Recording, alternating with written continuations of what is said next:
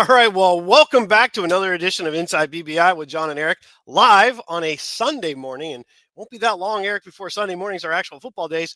But as always, I'm John McDevitt, along with senior editor of Big Blue Interactive, Mr. Eric Kennedy. Eric, we've had a number of days since our last video. Practices have come and gone. There's a little quiet time right now today. First off, are you having anything to drink? Because I did manage to pull something together. I know.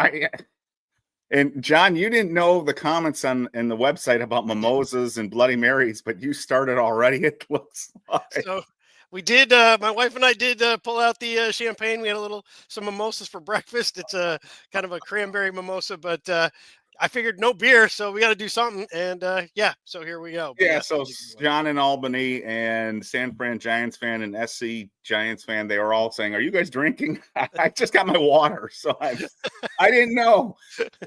So my wife and I went out to dinner last night and we had a bottle of wine. So I guess I got my. There you go. Go. So and we have AG Marshall, also AKA Klaatu, telling everybody to hit don't forget to hit the like button, because he is now in full bore mode on the site and plugging YouTube videos with Giants content. So everyone, if there's any good Giants content on YouTube, he posts it right away, which has been great. So thank you for doing that. So we won't take that smash that like button thing, which I've always like. That's really stupid. But if you could like it, it would be great. It does help. So Eric, first off, I know we want to look at things kind of positionally, camp stuff. But I want to start first. Let's just start with some injury pieces that have kind of popped up. Some things we could talk about there. You and I just started talking about this offline, and my first one that comes to mind is Cam Scatterbo, which I'm a little concerned when you mention that, or someone says, oh, that Dayball won't say it, but others say it's a hammy. Hamstrings can be a problem. They can be an ongoing problem. That's concerning. Yeah, well, good news, bad news. Good news is they don't really, except for the Bryce Ford Wheaton injury, they haven't really gotten hit by anything significant. So again, here's my wooden table I'm knocking on. They have not been hit with anything significant. However, the sort of nagging injuries are popping up, and there were a lot of them on Friday, and per his MO, Dable didn't identify what these injuries are. We're assuming Scatterbo is a hamstring based on Dan Dugan's comment. Dable was asked, was it a hamstring? He wouldn't answer it. Right. If it is a hamstring, it's not a terrible injury, but it's one of those nagging ones. And the fact that he was sitting out in the spring suggests to me that's what was bothering him in the spring, because we were wondering, was it an injury? Was it contract related? What was going on? I'm guessing now it was a tight hamstring or whatever in the spring, or strained hamstring. He was practicing this summer, but they took a couple of days off. Now they're saying it's a setback. So those are one of those things that can actually nag you the whole year if you're not careful with them. So I would lean towards the side of caution. And I'm generally not one of those guys. I'm generally one of those guys that's like, come on, get back in there. Let's get going.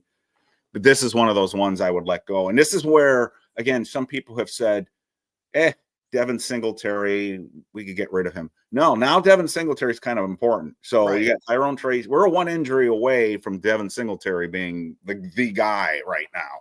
And he's not a bad guy to have. He's not Barkley. He's not a difference maker, but you can survive with Devin Singletary if you had to. So that's probably the most troublesome one.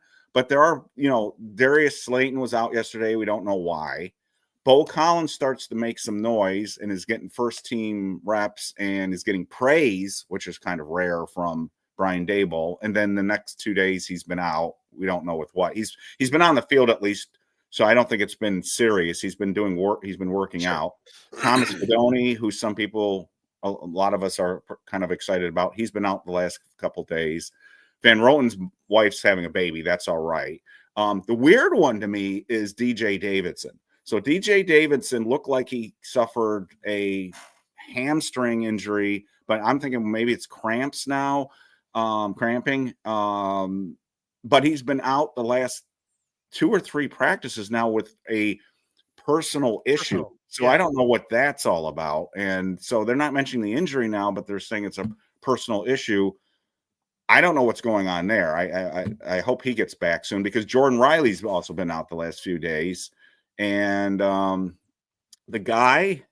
only other significant, in terms of significant, like, competition is, once again, Cordell Flott, who was pressing for starting role, Right.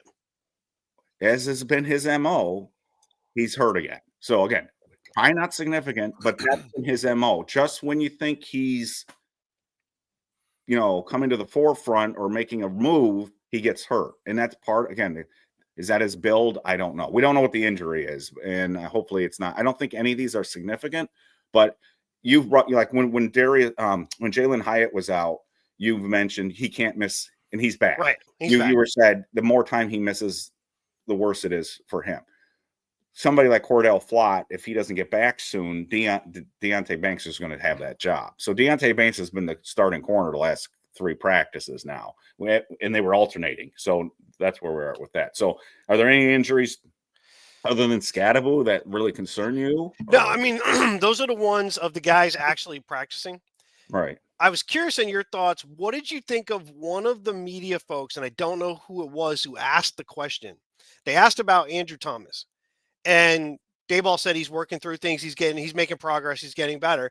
And the question came back again saying he doesn't look like he's even close to being ready. That was weird. That was weird, because he's been out there. Actually, I thought I saw a clip of him either yesterday or the day before yesterday, and I thought he was moving pretty well on the practice field. But I don't know where that's coming from, because other reporters have tweeted out, yeah, he looks close. Like, I don't remember who did it. I wish I knew who asked the question, because it was worded very specifically about he doesn't even look close. And I'm thinking, what do you mean by close? Because he's just doing individual things way over on the side, and he's not doing a lot of actual football drills. But he was doing agility stuff that he put a lot of weight on both feet as he was moving up and down and stuff. He was doing side to side pass, So again, that doesn't mean he's close to being back, but other people have said he looks pretty good. So one of the things that's bothered me more this spring, or summer, I should say, than previously, is if somebody says something on X or a bulletin board or a Instagram or something, or TikTok or whatever, it kind of develops a life of its own, and some people take it as gospel, and it's the choice of wording. So for instance, Sure. Jackson Dart has had a pretty strong 3 or 4 days in a row. Yesterday wasn't as sharp, but it wasn't bad. For instance, they had to move the drill period, which they do almost at the end of every practice, where each quarterback is given sort of, a situation where they have to go down the field and try to either get in the field goal range or score a touchdown. Jackson Dart was the only one of the quarterbacks that got them in the end zone yesterday, but he wasn't as sharp as he was the other practices. Yep. But somebody used what was the word? It was I can't forget the exact word, but they said he was disappointing or something like that. And I'm like, no, he just wasn't as sharp, but somehow that turned into a bad practice for him. It wasn't bad. It just wasn't as good as the other practices. So again, my point here is just be a little bit careful that just because one person says something, don't automatically assume it's the truth. I mean, look at other sources. Use your own eyes. Look at the clips. Don't just automatically take somebody's word for it, because people will phrase things in certain ways, and it may be accurate, but it may also be like, I don't know what you're looking at, like what you're just talking about with Andrew Thomas. So Andrew Thomas, they said, well, he doesn't look like he's close, and then you see a clip of him, and he looks pretty good. So. Right. Anyway, I wanted to stick that in there, because I'm seeing more and more people jump on a tweet or jump on a sentence from a report, and they blow it all out of proportion. Yeah, the old saying, like, beauty's in the eye of the beholder, right? But that's a very high level concept. The deeper into the levels you go, then you start looking at what was the individual bias of vision. What was I looking for versus what did I see? If I'm looking for someone to be absolutely stellar, is anything less than stellar really bad? If I'm thinking I just want to see improvement, then am I overblowing some of the good things going, oh, I just want to see him improve. He's great. So you got to take everything with a grain of salt. Yeah, exactly. There's that too. What I saw was Bobby Skinner, who has not been completely behind Dart so far, said it was his most rough practice so far. Well, and we have to be a little bit careful about that too, because people have picked up on that. Now we're kind of jumping on Bobby a little bit. So you and I thought he was being a little bit biased, but Bobby, to his credit, he is also saying, he also said he had good practices, and he's saying that yesterday wasn't it. The word was struggle. I just looked it up. They said Dart struggled yesterday. I don't think he struggled.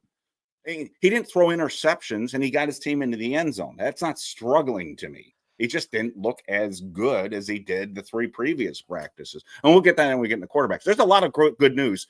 If you want to stay on with us at 9 a.m., we're going to have a lot of good things to talk about. There's some things that we're probably going to talk about that we'd like to see them be doing better or we have concerns about. But it's been a pretty darn good camp. And we'll talk about Dart. We'll talk about Wilson. We'll talk about all the other positions, even guys that no one's been talking about. But one of the big good things is there hasn't been any real bad, like, oh my God, kind of things with this Giants camp so far. And we'll kind of get in that. There are things that there are things that I think they need to get better, and they'll have some of this will have to be next off season when they'll have to add some things. But I don't think there's been anything where you're like, oh shit, I haven't had that feeling. I'm pretty excited about the upcoming season, except for the damn record. I saw a discussion on a YouTube video the other day. They were saying, "Oh my God, who gave the Giants this record, the schedule?" And I know we know how they do it. It's pretty locked in with the division that their own division and the division that they're playing in the AFC West. They're pretty locked in. But the commentators were like, this system is broken if the Giants have the hardest schedule in the NFL, and you and I will talk about that in our future shows. But besides the schedule, I think this is the best team they've had in quite some time. I'm glad you caveated that. We'll talk the schedule in the future episodes because I know how you feel. So I won't. But so I'm not going to delve into it. But I'm just going to give a little glimpse though. Yeah. You mentioned the AFC West, right? Yeah. We play in Week 4 the Los Angeles Chargers. We play them at home in a 1:00 game. So the Chargers have to come east to play a 1:00 game. Right. Who do the Chargers play the first 3 games before they play us? I have no Everybody idea. In their division. Well, that's good. That's good. They open with KC. So if there's a letdown, that might be it for KC, the Raiders, and then they play the Broncos. But they're going to be good. The Chargers are going to be good this year. That's true. Yeah. Here's the other thing, and people keep kind of turning the schedule. And again, we'll do a whole schedule thing later. People keep turning the schedule thing back on me when I say, look at who the teams we play, who they play before we play them. Right. And they say, well, that works for the Giants too. While that's true, I'll say this. How many teams across the league are circling the Giants game as that's the game we're just got to go there. We got to win. They're circling that game going, I'm not too worried about that one. I'm not too worried. Yeah. And that's to our advantage. But again, nothing matters until we get on the field. But I looked at some of these other teams and I'm like, the teams that we play, they come off very challenging or meaningful games to them, emotionally meaningful games to them the week before. Now, yes, we have Washington and then we go to Dallas, but Dallas almost with Philly. Washington is going to be a team that we're going to have to worry about a little bit differently. But again, their schedule is pretty rough. Philly, we get Philly, then they play a tough game with Minnesota and we get Philly again. So It's going to be really interesting to see how that progresses once the season actually starts. Because I think the schedule, looking at the schedule based solely on what people did last year, can be a bit overwhelming. I get it because you only have records to use, but this Giants team is not the same team as it was last year, and neither are any of those other teams we're going to play. Right. And SC Giants fan, who I believe is also the one who said, "Are we drinking mimosas?" So I think he called it. I called it. You. If it's not you, he had a similar comment. There were a lot of drink suggestions in that thread. All right, training camp. Let's talk training camp. Yes. Do you want to sort of go by sort of overview on? I think it'd be more helpful unless there's something in the list. Is there anything? Let's start with this. Is there anything before we get in the big picture? Is there anything big picture, Eric? By the way, is there anything like you want to talk about specifically a play or performance in the last couple of practices? Last 2 practices were padded practices. is there anything that sort of stood out to you that you want to bring up before we get into the general stuff? Yeah, sure. So two things for me, and then I'm curious what Yeah. you saw. For me is again, you can only tell so much based on the way things are now done in football. It's a much different, as we said, it's much different now than it was in the '80s, where Right. practices guys are just you would see really big, full on hits in practice. You don't see that anymore. Right. The run defense continues to be a bit of a concern. Our running game has been ripping big runs through our defensive line. Again, it's a little hard to tell because you're not playing fully physical. It's a little hard to tell. The other thing is over the last couple of practices, though, I've noticed that Russell Wilson's had a few of his longer passes that are coming in a little short, that are coming in, and then a couple people commenting on maybe Russ just has been overthrowing a little bit, and just kind of we gotta break that down, or it might be nothing, but let's not pretend though that he hasn't been his old self in a few years. We're hoping that he's going to tap into it, and that even his current aging self is better than Daniel Jones. But we also are expecting much bigger things. So I saw a couple of throws that were underthrown that I was a little concerned. I'm like, he's usually leading the guy. He's usually way out in front. I think it was the Wan'Dale Robinson one where he totally faked out his man about 10 yards down the field and he was wide open. And ultimately the DB caught up because You're talking about the one-on-one drill. You're talking about the one-on-one yes, drills. and Yeah. it was a pass that didn't make it. I don't think that's been I don't think that's been a trend with him. Like he threw a gorgeous on the same practice. He threw a gorgeous throw to Malik Neighbors over Deonte Banks, who Deonte Banks had 2 good reps. That's what I like to see. So Deonte Banks had 2 good reps against Malik, and then Malik got him with a touchdown, and that was a really good throw too. But yeah, he underthrew Wan'Dale. What was nice to see was Wan'Dale get free like that. Yes. Drew Phillips has had a really good camp. And I was reading an article on Giants.com before we came on about the fact or fiction stuff, and all 3 of the guys that weighed in said Drew Phillips has actually been the most improved. One said Tyler Newman, but 2 of the 3 said Andrew Phillips has been the most improved returning defensive player, which I based on what I've been seeing, I think that's an accurate statement. He seems to be coming into his own in his second year. So, but yeah, there were 2 throws. Hyatt was underthrown and Wan'Dale Robinson was underthrown, but I wouldn't read too much in that. The thing about the running game stuff is you're damned if you do, you're damned if you don't. I happen to think the offensive line has gotten better, and I've said for months that I like our running backs, especially when they got Scadaboo too. In addition, now that they got Scadaboo, I even like it more. So you do want them to break some runs, but then people have, again, flashbacks to last year, and they're like, oh my God, our run defense. So I'll be more alarmed in the preseason if this shows up. Other people have said, yeah, right, Eric, the Giants offensive line has all of a sudden gotten their act together and they're gashing teams. Maybe we'll see. We're not talking about the offensive line. The offensive line has actually been pretty decent in camp especially if given our history. We'll talk about that in a second. So the one thing with the running game, it's like if it was constantly them not being able to run the ball at all, we would be like, then you'd hear the Barkley comments nonstop again. Why did Barkley go?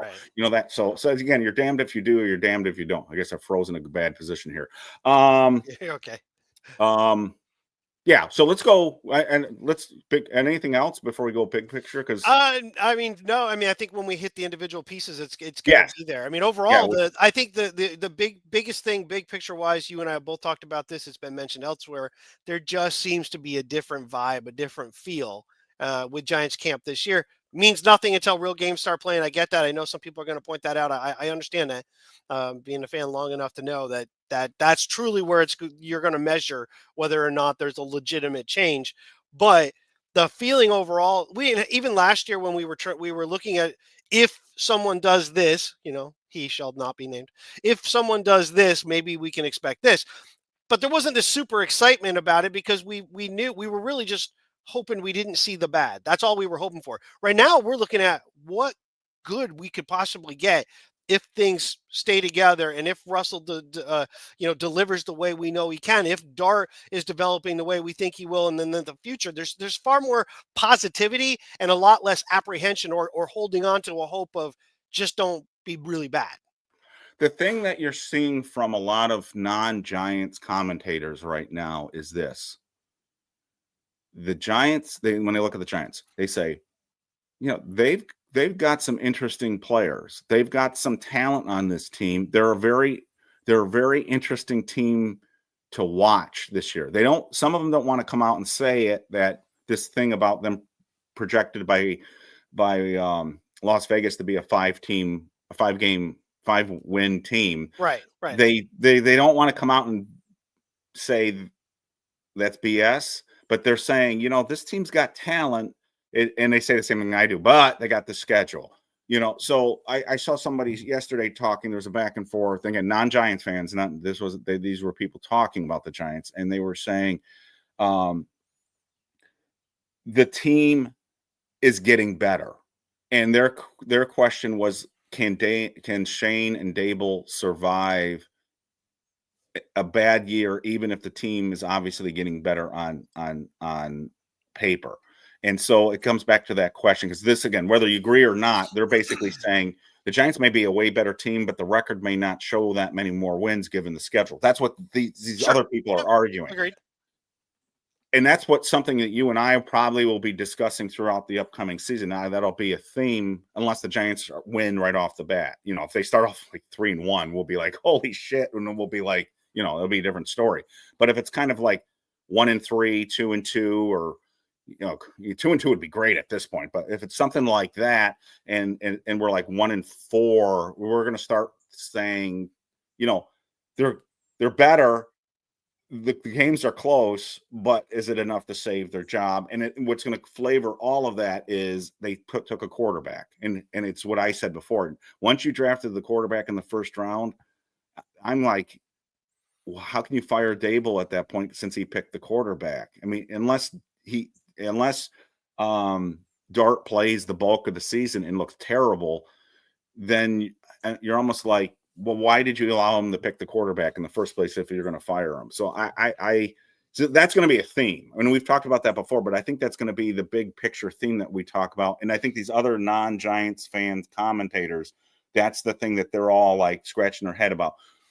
They're all thinking about, when did the Giants make the transition to Dart? Is it going to be early, late, or at all? And how is that going to affect the coaching staff and the GM? Because there's a lot of people who think Shane and Dable are gone at the end of this year. I don't think that necessarily. It depends, obviously, what happens and how it happens. But a lot of people out there assume they're already gone.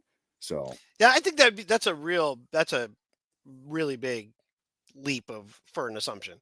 I think Shane, with the draft that he had and the way, at least on paper, the way it feels at the moment, and we're going to start breaking some of these down. Yeah. We'll talk about some of these guys. Yeah. The way it feels at the moment is that Shane did what he needed to do, and he's kind of proven, listen, this is what our process is bringing good guys in, good players. We just need to develop. If you end up, I would say the risk for Dayball is if you end up in a top 4 or 5 draft spot, now the door is open for you to be fired, another coach to come in. But now you might drag Shane into being in trouble, because that new coach might go, you know what, if I'm coming on board, I want a different GM, and we're going to go get our own guy. So it's not unheard of. The Cardinals did it, right? They drafted Rosen very high, and then the next year they go and get Kyler Murray. They switch coaches, they get Kyler Murray. So it's not out of the realm of possibility. I just don't think I don't think the Giants. Well, yeah, we'll do that later. But I think we'll do it later. But they may be in a situation, for instance, that Abdul Carter looks great, Darius Alexander looks great, Scadaboo looks great, and Dart hardly plays. And if the Giants don't win a lot of games, do you get rid of Shane at that point, looks like he had 2 decent drafts? Right. So I mean, that's the weirdness. I don't want to make that show. And by the way, real quick, Andrew, we talked about injuries at the very beginning, and we went into Scadaboo. So we're not ignoring you, but if you didn't see it, check out when this is archived, because we talked about Scadaboo and that injury. So I assume you missed the beginning of that. Shame on. It's a Sunday morning. It's a Sunday morning. And if you missed it, John is drinking. So all right, let's go. So you want to go from let's defense or offense first? Well, I was thinking where you just left off when we're doing some of the group stuff. Let's go defense, working from back to front. Let's start in the defensive backfield and work our way back backwards. Okay, so the big story everyone's focused on there is obviously Deonte Banks versus Cordell Flott. Cordell Flott now is, because he's missed a couple practices with injury, seems to be losing ground. And like we just talked about, that's been his MO. He just, when you think he's coming on, he gets hurt. So we'll have to see. That's the spot that I think most fans are still a little bit nervous about. I did see a couple plays yesterday where Deonte got his head turned around and actually looked back for the ball. That was a positive. Even that got some same thing on X. People were saying, "Oh my God, he turned his head around." So we'll have to see if he can stack games. The most important thing to him is, I'm glad they're actually getting Malik Neighbors versus Deonte Banks still, because he has to go against the best, and I want to see him. So he had a few reps in the one-on-one drills that we were just talking about, and he had 2 good plays, and then the Malik got him for the long touchdown. So that's the one area that's everyone focused. But I think Tyler Nubin has had a good camp, and Andrew Phillips has had a good camp. So 2 of our draft picks last year are building upon last year. They look like they're taking a step forward, which is really good. I don't think there's been anything with Adebo that's been disappointing at all, but I think he's finding out that Malik is pretty darn good. And the only time I'm ever seeing Adebo give up a play, it's usually to Malik Neighbors.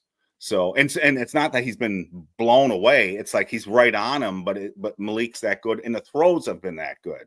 So that's been good. And every now and then you hear or see plays from some of the backups, but we don't know until the preseason if are the Giants receivers and just not that good or what. But you see every now and then you see somebody like a Trey Hawkins has been I think pretty positive this camp. He missed a day, I think, with an injury, but he's been pretty good. O'Donnell Fortune the last couple of days, his name's been popping up a little bit. The UDFA that we had. Nick Jones is a nickel guy that's every now and then you see him make plays, but you also see him being at the other end of play. Yeah. So he has a pretty good battle going on with Montrell Washington, and Andrew Phillips has a pretty good battle going on with Wan'Dale Robinson. So it's kind of funny. You've got some pretty good battles. And that was the one play yesterday everyone's talking about, the one where it was a kind of a great play all around. So it was a deep throw from Wilson to Wan'Dale. Thank God they're throwing to Wan'Dale down the field, by the way. It's not just a 2-yard pass. Right. trying to throw. And Phillips, great coverage, knocks the ball up. In the collision, they fall to the ground, and the ball lands in Wan'Dale's hand, and he gets up and scores. So it was kind of a cool play all around. But again, it was like that was really good coverage and they've had that battle all during camp. So that's my take. Is I think the secondary concern still is that one corner spot, right? Yeah, I would think so. Safety wise, I think we're minus deep. Like we know we have 3 that can certainly play. Belton is showing some stuff in camp. Newman's showing stuff in camp. I don't expect to see a lot of stuff from Holland right now, because I think he's just getting acclimated to the scheme. He's a leadership kind of guy too. So I'm not worried about that at the moment there, but the safeties look good. Corners, I think we have a decent selection of corners. We definitely have a starter on one side. Banks, you know how I feel about Banks. He's got to prove it on the field. He's got to prove it. But, and I think my biggest thing is even less about turning your head. That's one problem. It's the heart problem that has bothered me the most. And I don't mean a health condition. I mean, you don't want to tackle somebody. Right. And that's not going to show up until we get into real games. Exactly. And the question will be, does that show up if we're winning, or does it only show up when the team's losing and he then becomes disinterested? There was one play in camp earlier this week where somebody caught a pass and he came up he didn't break down. He came up too fast and he overran it. And Slayton spun around him, and in a real game that he could have broken that for a touchdown, because it wasn't a heart thing. It was he wasn't under control when he came up. Right. That's the kind of thing too you got to see from him, because again, physically he can do it. Real quick. So, and I'm going to talk about this with the wide receivers too. Every now and then, so the way I see it is our top 3 corners are going to be Adebo, Banks, and Flott. Okay. And the question is who are going to be the guys after that? And Hawkins seems to be on the second team consistently and has been, again, making some plays, but you'll see every now and then you'll see an Art Green Right. show up. D. Williams had a fantastic practice on Thursday, I believe it was. He had 2 interceptions. Granted, they were against DeVito, and 2 pass breakups.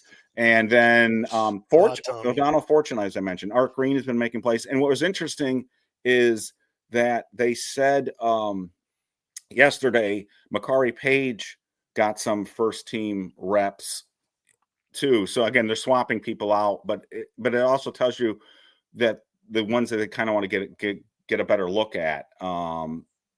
And he was one of them. So he's been a guy that we haven't heard much from. He's, again, people who don't know, he's an undrafted free agent out of Michigan. He was they gave him a lot of money. So and after Belton, the question is who's the 4th safety on this team? So it was interesting that he was there. And O'Donnell Fortune, by the way, got some first team reps yesterday. So that's kind of telling. It wasn't Trey Hawkins, it was O'Donnell Fortune. And he's another UDFA who a lot of people like. Steve asked a question. Yes, another one too. We'll get to it later. But Corey Black, I haven't heard a ton, but I did hear some positive. Bobby Skinner was tracking him one day. Bobby Skinner liked him. Was watching him specifically. I think, a guy like him, we're probably not going to hear a ton about. I think the reporters focus a lot on. It depends on who's being covered too. You know what I mean? Like the receiver, corner matchup. Corey Black's covering receivers that most people don't know of, so you're not going to hear a lot of. They're not paying attention to that as much as the other guys, so you might not hear. And he was the only other guy we did not mention who was out of practice yesterday. Again, we don't know what any of these injuries are. It could be just a contusion. We don't know, but Corey Black wasn't. I don't think there's been anything.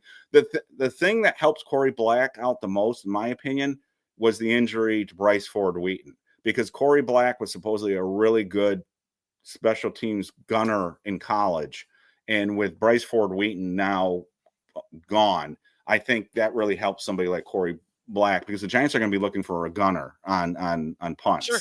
So I think that really helps Corey Black. So not a lot on Corey Black, but I haven't seen a lot of clips of him. There's been some clips where he's been on the other end of completions, but it's not been like the weird one. The weird one to me is Nick Jones. Nick Jones is kind of the backup nickel back right now. I don't know if he's the second team guy, but he seems to be. There are a lot of plays where you see he's right on his guy, but there's also when you see a big play, Nick Jones is usually the guy on the other end of it. It seems on a lot of clips. So he's a guy that they got from Kansas City. Same with Montreal Washington. And it's kind of interesting. They both came from Kansas City, so they probably know each other, practiced against each other in Kansas City too. So, but that's my take on the defensive backs. I don't know if there's anybody else. Let me look real quick. So yeah, and we should say Belton has had, again, he had a pick 6 the other day.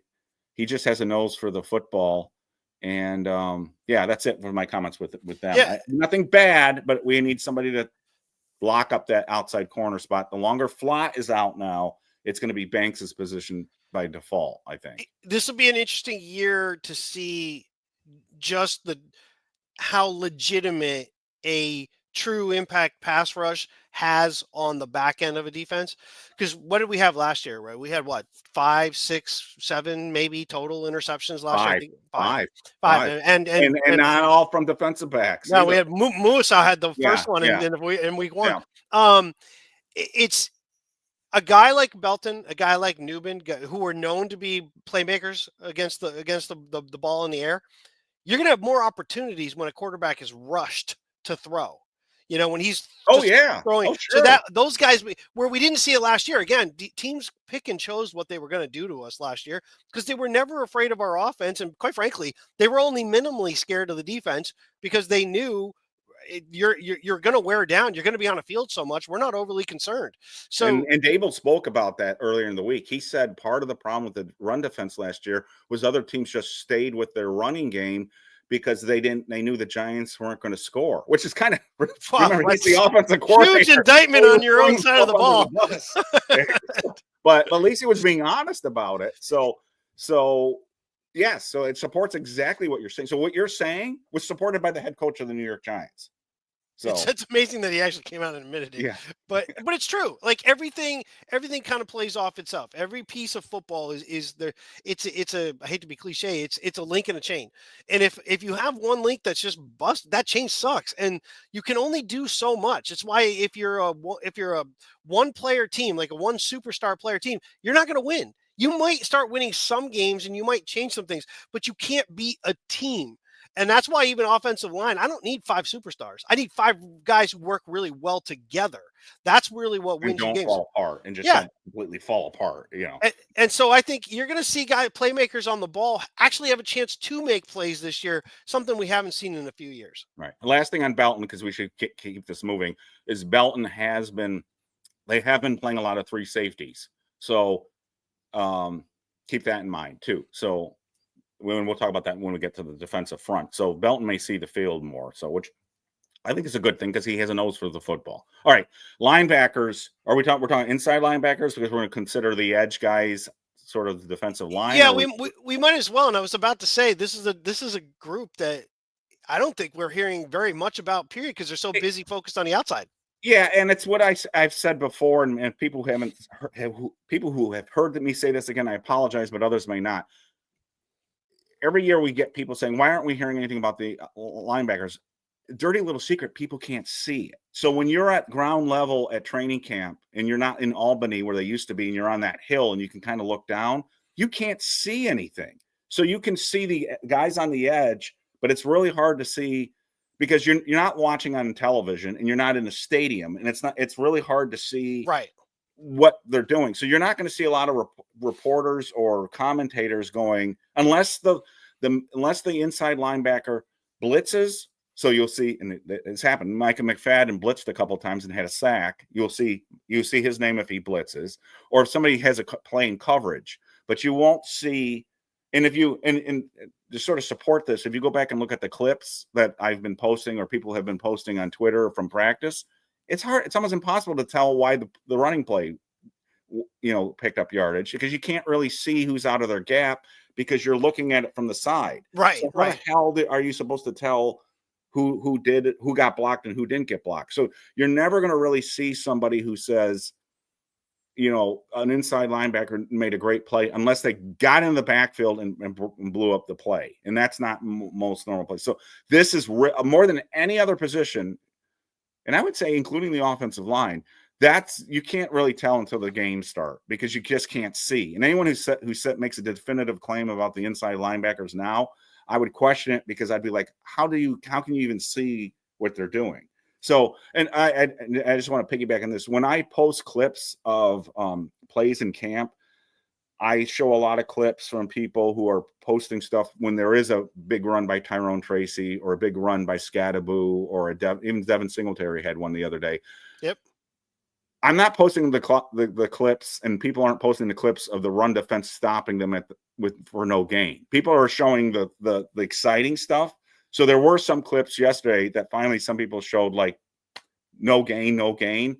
But just keep that in mind that when people take the time to film something and then they upload it to Twitter, they're not going to do it when it's like a 2-yard run by Tyrone Tracy. That's boring. They're not going to do that. So when you do see these plays, you're seeing the explosive plays. You're not seeing the ones that are you'll see the Bill Carter flying into the backfield, but they're not going to show you again Micah McFadden stopping somebody at the line of scrimmage. I just throw that out there. So I don't have a lot to say. The only thing I will mention is, again, they gave yesterday some first-team reps to Darius Muasau and Chris Board.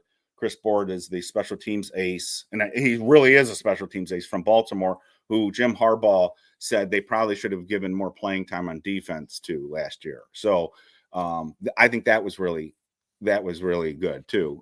So I just saw this. Come on in. That made me laugh. Sorry. That was funny. I saw it. I was like, yeah. But I don't. Do you have any thought? I mean, this is the one area that I don't think we can comment that heavily. It's hard to really break it down, like you said, because quite frankly, you're only seeing certain highlights. We're not even really hearing reports about who's doing what at that position. There's so much focus on the Carter and where he is, and then edge in general. we've only seen a couple plays, and one was like, oh, there's Bobby Okereke, and he's getting picked up by JMS downfield. Right. That That's doesn't what I tell me go a back whole and lot. remember Bobby Okereke Right. That getting knocked on his ass by Schmitz. So that doesn't tell me yeah, much about what the rest of yeah, his camp was like and who's even right. been next to him much. So I think what we'll be telling is the first preseason game against Buffalo. Yes. Generally, a bunch of the starters in that first game, historically, at least the way it goes, they don't play. So the guys who are going to be playing or be the second team guys or guys who are battling to possibly be a first team guy, they're going to play early and then they're going to probably be out. And then it's the guys who are scraping, hoping to make the team will probably be third and fourth quarter guys. So whoever starts for us against Buffalo and plays into like the second quarter, those are guys to keep an eye on, and then let's see how they play a little bit. Right. But it's really hard to tell right now, especially with the defensive line not fully just launching themselves into the O line, trying to blow plays up. It's hard to tell whether our run defense and our linebackers are doing much in the middle there. Yeah. I'm the only thing I'm glad is I haven't heard anybody get hurt. If That's the John and I said something definitive, we'd be lying to you right now about the inside linebackers. The last thing on them is that there are a lot of bodies there. So all of these guys cannot make the team. And so the Deontay Johnsons of the world and the Darius Muasaus and the Chris Boards and the Demetrius Flanagan Folds and Ty Summers, I think they all have talent. They all can't make this team. So some people are going to get cut here, and the preseason, like you said, is going to be huge, huge for them. So, like, I would like to see Deontay Johnson. You know, he's a guy in the past that looked like he might be pretty decent. I'd like to see him. Somebody said he made a play. He looked pretty sharp the other day, sticking with a wide receiver running down the field. So he's an athlete, but we'll have to see if he can, and the deciding factors late in any of the position groups special teams is that and salary. The Giants, once again, they will try to save some side. If a veteran is there with a higher cost and he's not any better or barely better than the young undrafted guy or a late round draft pick, those guys are going to make the team. Right. The veterans are going to move on because the Giants are going to try to keep the costs on the bottom end of the roster, in check as much as they can. But they don't want to keep dicking around with every contract that they have to just to make it through the season. So I would think, some of these edge guys, and I don't mean on the outside, I mean edge of the roster guys, Right. They're battling veterans with higher pay. And if they can just be equal, that the fact that they cost less is going to be the advantage. Right. And I just want to answer this question real quick. So they've got practice on Monday. Most of the practices are generally between 10 and 12, but they got a practice on Monday. Tuesday's weird. They have only a Zoom call with Dable and players, but they don't say the players aren't off. So I don't know if that's going to kind of be like sort of a walkthrough or behind the scenes that's just not open. And then on Wednesday, which is good, again, another practice, but all the coordinators are going to speak to the media. There's a practice on Thursday, which I'm guessing is just a walkthrough. And then Friday, they're traveling to Buffalo, and Saturday's the game. So I hope that answers your question. So it's kind of Tuesday's the weird day. I'm not really sure if they're doing something. The players are there. They're not off. I just don't know if they're having a practice that's just not open or not. Maybe we'll hear about that more from the reporters. All right, defensive line, edge rushers. This is an area that a lot of people want to talk about. This has been a big subject of conversation on the website. There's still this debate about the 2-man line, the 3-man line, bringing up the stuff that you talked about, the run defense in camp. This looks like weakness. Who's the guy next to Dexter? The edge rushers. The one thing I want to throw out there that I think is really flying under the radar right now is everyone's talking about Abdul Carter. I don't think a lot of people realize what a great camp Brian Burns is having. Brian Burns, and I saw the John Schmelk and SciTac and Dan Salamone at Giants.com talk about this. They said the same thing. As good as Abdul Carter has been, Brian Burns is been really, really good. And Bob Papa brought it up twice this week that Brian Burns' intensity in camp and his attention to detail and the way he's leading is really noticeable. And then Brian and Dable supported him on that. So we should all be very excited about Abdul Carter, but I think Brian Burns is really flying under the radar. And if he stays healthy, I think we're going to see a really big season from Brian Burns too. I think there's a lot of bonding with this group very Mhm. quickly. It's funny, but it's true. I think 4, maybe 5 of them were all together last night at MetLife, Oh, were they? I missed that. where SummerSlam was happening. Okay. They were there, and they were pictured together. I think 3 of them were wearing the same. They were wearing the same shirt. You're It's talking kind of about fun. the outside linebackers? You're talking about the outside That line? and Dex was there too. Okay. Dex was with them Okay. too. And Art Stapleton had mentioned something about he even talked to, I want to say it was either Carter or Burns, so don't quote me on which one. If anybody else saw it, feel free to correct me on which one he was talking to. But he Right. explained to them, hey, by the way, LT competed in WrestleMania a number of years ago, and Yes, he did. I forgot about that. just for Yes, a little he did. trivia, if anybody remembers, you can put it in chat. Who did LT face in WrestleMania? So that's Do you want a to know how old I am? I was at WrestleMania 5 and LT he wasn't wrestling, but he was in the building that night, and I didn't know it. And as a Giants fan, they were saying over the loudspeaker, they announced Lawrence Taylor, and I was like, "Holy shit, LT's here!" But that's how old I am. I was at WrestleMania 5. I don't even know what they're up to now. But by the way, too bad with Hulk Hogan too, because that was when he was in his prime. There you go, Stephen Lawrence. There you go. Bam Bam Absolutely. Bigelow. Bam Bam Bigelow. And correct me if I'm wrong, but I believe Bam Bam was he from New Jersey? I believe he was. I don't know that. That I don't know. All right. So wait, before we move on I do want to get to this question because this is a good question. So, but let's talk about again the outside linebacker. So since we're there, so Abdul Carter, everybody under the sun, Every wowed by him. Yeah. It's getting to the point where I'm like, shush, shush. I don't want to get my expectation level up too high, but he looks like the real deal. And I think people are starting to learn. Remember the earlier play that we saw John Michael Schmitz get abused by him? You're seeing it now, player after player after player. You're seeing John Runyon. There was a play list this week where John Runyon, he put a spin move on John Runyon, and John Runyon was just left in the dust. And John Runyon, by the way, speaking of John, we'll get to this more, but no, let's save that for the offensive line when we talk about John Runyon. But Abdul Carter's just that good. He's got a nasty spin move. You've already talked about his get off and his speed is problematic. He's the only one who's kind of really giving Jermaine Illuminor a real problem right now. It seems like that they've got a good thing going back and forth with him. He looks like the real deal. And Kayvon, I think, has had a good camp. And I think the unfortunate thing for him right now is the guys that the Brian Burns and Abdul Carter are just better players. So I think that's, I don't think Kayvon's bad. I think Kayvon's primed to have a good year. But when Giants fans look at those three, they're going to say the other two guys are just clearly better players. That's my take right now on the outside guys. Yeah, I think so. But the good thing is that we also see that Carter has been used in multiple spots. They've moved him into the middle. He's come through the middle. He's come from the other side. He comes from the right outside. His ability, again, we've talked about, I brought this up before, his ability to get low, to get, basically just kind of turn his body almost leaning right over, and just the ankle difference between him and Kayvon's huge. Like there's a more stiffness in Kayvon than there is in Abdul Carter. Abdul Carter is just a menace coming from the side, but it's also the speed in which he does his moves, right? Lots of guys can do spin moves. Go back and look at Pepper Johnson, 1988 opening game against the Washington, at that time, Redskins. Right. Johnson ends up playing outside a lot because LT is suspended. Late in the game, when he does a spin move and a sack on Doug Williams, it's a fumble. Jim Burt returns for a touchdown. Yeah, great play. Look at the spin move by Johnson. It's not super fast. He gets into him. That's a slow spin move. Yeah.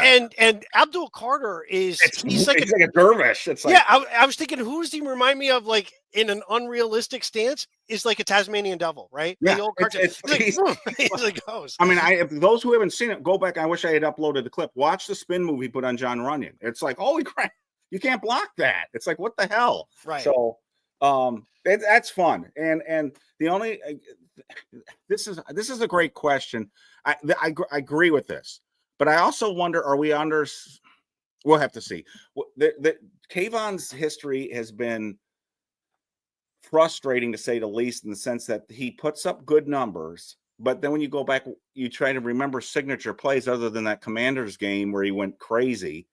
And it wasn't just the sack, strip, fumble, touchdown. He dominated that game. You're hard pressed in the Ravens game. Remember at the end of the Ravens game where he sealed the deal against the punched the Ravens ball with out. that Yep, play. yep. You're hard pressed to remember signature moments from him. But then when you look at the pass rush win rate he had last year, he was up there. I think he was like 15th in the NFL or something like that. He's not a bad player. I just think people say, and justifiably, they say top 7 pick. He should be more than this. So we'll see. People have said, and I've seen good things out of him in this camp. I just think Brian Burns and Abdul Carter are just right now at a different level. But we'll see. We'll see. It's a nice problem to have. He's at the very least he's an awesome piece to have on a team that didn't really have a lot of talent in recent years, and now it's like we've got 3 really good outside guys. My question now is, again, who's the sort of the 4th guy here?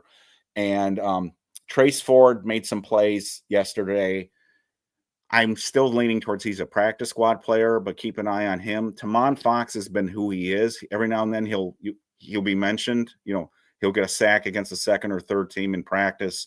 You will probably see him make some plays in the preseason, but then he ends up on the practice squad, and he's not really. He's a good guy, and he does the best with what he has, but he's just who he is. So, and do you include Chauncey Golston in this group? Because Chauncey is kind of a hybrid defensive lineman, outside linebacker, who's kind of going to be playing both roles. But you won't see Chauncey, I don't think, too much dropping into coverage or anything like that. That's not his thing. So he's one of the more interesting guys to me, because he's, again, another one who's flying under the radar. You don't see him mentioned a lot, but when he is mentioned, people say, like people connected to the team, they say, wow, he's going to be a much bigger part of this team than people realize. And he's a better player than people realize. I can't remember who I saw this week, but somebody was saying, it might've been Bob Papa. And he was talking to, I can't remember who he was talking to. And they were saying he's going to be a better player for the Giants than fans realize right now. So I'm very curious, and that gets into the 3-man, 2-man line thing. Is he more a traditional defensive end for them, and you play more 3-man fronts and try to stop some of these run defense issues that we see? So, but before we move inside, was there anything else that you? Yeah, no, I really want to see Ford play in a game. I want to see where the Giants use him. If he's playing in the 4th quarter against the Bills, then he's probably going to be hard pressed to make the team. If he's playing in the 2nd or early 3rd quarter, then he's maybe battling with somebody to possibly be that last outside guy or something like that. Right. Correct me if I'm wrong. Was it Brian Burns that spoke highly of Tom and Fox about a week ago? I missed it if he did. I've not been able to check there. I've been so busy updating the site, I haven't been able to check every single interview. So I missed. There was one of the Giants starting edge guys. I'm pretty sure it was Brian Burns. Right. I thought he was talking specifically about Tom and Fox, but I could be wrong. But I'm pretty sure saying that, let's not undersell what this guy does. And again, though, you mentioned something that's very interesting, and this happens. I can't say I'm not guilty of it. I think we probably all have been guilty of it at one time or another, where we put too much stock into somebody that we see that we're like, oh, yeah, it looks great. And then he gets released by the Giants. And you're like, oh, man, this guy is going to be, somebody's going to want him. And then no one picks him up. Nobody picks him up. So you got to take into account, this is the hard part about camp, is these guys are playing, lack of a better way of saying this, they're playing themselves. Yes. And some guys might be really good at knowing the plays. They've been studying the playbook. That's easy to do when it's your own playbook. But when you can't do the other team's playbook, you have no idea. You're just going by what you see on the field from film study and things like that. These guys know the actual plays. They know what's happening in camp. They know who's doing what. They've seen the players they're playing against. So sometimes we overvalue. I think Alex Bachman was the one a couple of years ago. People were going absolutely apeshit after his game against the Jets. Do you know that guy is still I remember Alex. And then people were tracking him like, bring back Alex Bachman. He's still in the league. I believe he's trying out out for it's either the Raiders or the Broncos. Shane Lemieux is still in the league. I mean, that's shocking to me, but anyway. So yeah, so I mean, from the outside, I want to see Ford. I'd like to see. I want to. It's really that second preseason game. I want to see the Giants put Burns and Thibodeaux and Carter out there at the same time. The one thing I'll say about Thibodeaux is I think if he's ever going to really put a lot of it together, this is the year to do it. Oh God, yeah. Because a lot of the attention is not going to be on him. And before, while Burns got a bunch of attention, Lawrence got attention, but that's inside attention. Outside attention, if Kayvon was coming from the right side, he's going against the left tackle.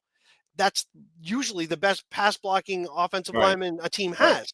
So the fact that he got consistent stats, but they just weren't really game changing, that kind of, I sometimes feel like that's really more about the team. The one thing I've always said though about him, he lacks that constant ability to close or finish. He's like that sales guy that gets it almost to the end, but can't ask for the sale. And he gets some sacks because he gets and whatever, but the impact plays that you brought up are really the only two. And he knows that. I saw an interview with him this week where he said or maybe it was last week, he said he knows the finishing has been an issue. And I think he's been training with a wrestler. Yes, he's been doing like MMA stuff. Yes. So MMA, yeah. So he's been training because he knows he's been close and he needs the finish. Yep. So he could be one of those guys, like you said, because the other guys are getting more attention, that his stats go way up. So don't discount Kayvon this year. And again, he's got to think about contract. I don't know if the Giants can keep all three. Yeah, I don't know if they can allocate that many resources to that. And Kayvon also maybe see the writing on the wall, and he says, I don't want my snaps limited here because we have two other great pass rushers. So he's going to be motivated to put up big numbers this year financially too, as well. So inside, last thing I do want to mention, the only thing that confuses me with the numbers and who's going to make it and is not is how do they really consider Chauncey? Because if Chauncey's really kind of like not your typical offense outside linebacker, then they really need to have a fourth guy here. And that opens the door for a Tamon Fox, a Trace Ford, or maybe somebody they pick off the waiver wire if there's somebody better. So that's the one thing where I'm like, if they consider Chauncey kind of like a traditional linebacker, you kind of know who the four are. But if they want to get somebody who's can drop in coverage, that kind of thing, more well-rounded, there's a door open here. And that's the one of the hard roster spot predictions for me is I don't know really what they consider Chauncey and how that we'll get into that when we get into our roster cut down show. So, all right, defensive line interior. This is one of the big question marks right now because who is the guy next to Dexter? And we know camp started, and I think it has still continued that Roy Robertson Harris has been getting a lot of first-team reps. We had this question. Darius Alexander for the last 2 days has also been getting first-team reps, which is really good. The bad news is they've had a lot of people missing this week. So we talked about this earlier. Jordan Riley has an unknown injury. We don't know what the heck's going on with DJ Davidson and his personal issue. We don't, what's that? And Elijah Chapman's missed a couple of practices. One I think was a personal day, but yesterday he was out again. He came back and then he was out again. So I don't know what's going on with him. I think Elijah Chapman is a guy that they like. He seems to be getting, so I think Elijah Chapman, if I had to guess, Elijah Chapman's in the mix. Obviously Darius Alexander's in the mix. I think Roy Robertson Harris is going to make the team. It's who of those three is going to start, and are any of them the answer next to Dexter Lawrence? And this is an area that you've brought up in the past that you've said maybe they look at the waiver wire here too. I don't know. Yeah, I agree. Here's something I'm going to go back to one guy you were just talking about is Chapman. The Giants did something with him that I had mentioned about 2 months ago. Right. Even leading into the draft, we were talking about was it Willie Lampkin, the guard from North Carolina, was only like 5'11", and I said, wow, he could possibly do a role like this, like for a team for like Baltimore or whatever. The Giants used Chapman in a backfield the other day. They used him as that was cool. Yeah, and that was cool. And based on his size and his quickness, he's very quick. that is something you could see them doing in short yardage versus trying to bring a tight end in to line up in the backfield where they're not as quick as explosive as like a guy like a Chapman would be, because his whole job constantly is to explode into the offensive line. So you put him in as fullback and he's got that kind of flexibility in him and he can move around. I'm thinking that's, to me, is a huge possibility for him to win a role on this roster, because it's position flexibility, right? It's to have more than one thing you can do. And if you have something like that you want to incorporate on your team and you've got a guy, he's got an into the team that's not just stuck to the one position he plays. Oh, sure. And you talk about that all the time. You've talked about that in other positions. And it's a very New England Patriots, Bill Belichick thing to do. So and I remember who Bob Papa was talking about. It's the same conversation. It was Carl Banks. So Carl Banks talked about Elijah Chapman the other day. And he said, when Elijah Chapman keeps low and doesn't raise up, he said he is a bitch to handle. He said he's so strong, and those who haven't heard, he's the strongest guy on the team, which is odd when you have Dexter Lawrence on the team, but he's the strongest guy on the team. And he said, Banks said when he keeps low, that his bull rush is almost impossible to block. He knocks everybody back in the 1-and-1 drills. So I think I thought that was fascinating when Carl Banks was saying that. Real quick on Davidson, Andrew, this is really curious. So when we saw Davidson get hurt, it looked like it was a hamstring because he was limping really badly when he came off the line. And the only thing I was thinking at that time was like, oh, geez, I hope this is just him cramping up, because if it's a hamstring, that looks really bad. So the next day, the reporters asked Dable,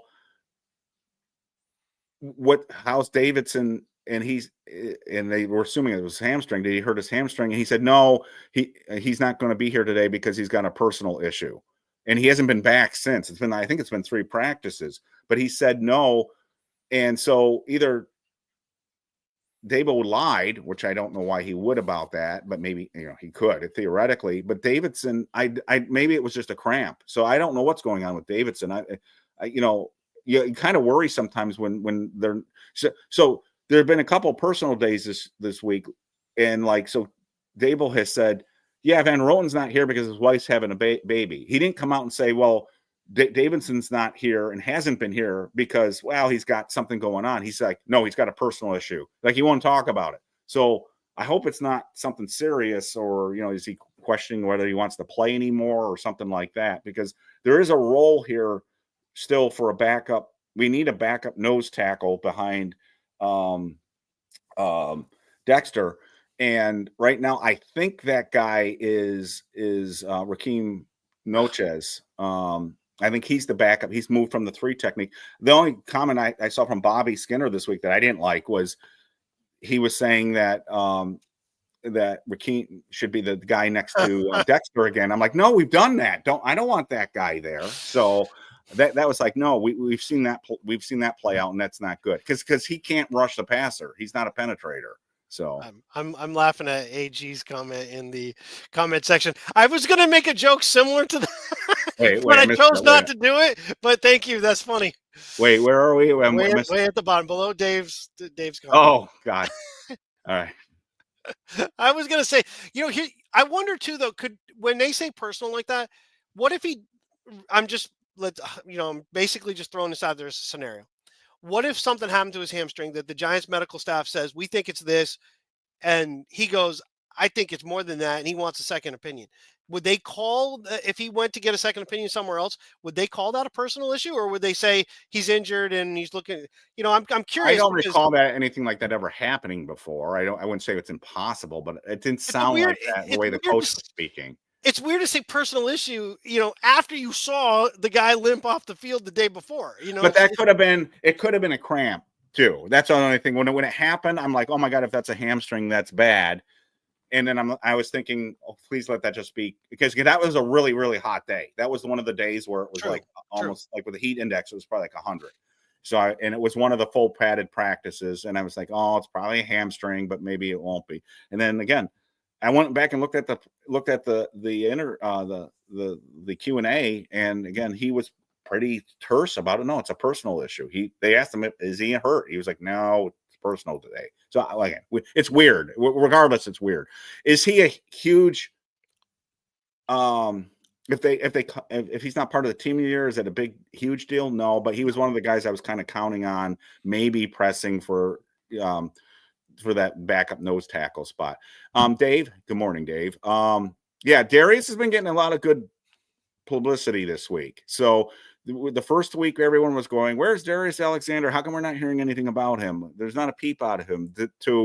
He's getting first team reps, and then you see him in the one-on-one drills, and he looks pretty good. And people have mentioned him. So again, it's very, very early, but here's another guy that could be a very important draft pick for us. And ideally, in an ideal world, you want Darius Alexander to look awesome and take over that job. I mean, this year or next year, you would ideally want to say Darius Alexander is a starting tackle on the New York Giants. It's just defensive tackle. It's just, when does it happen?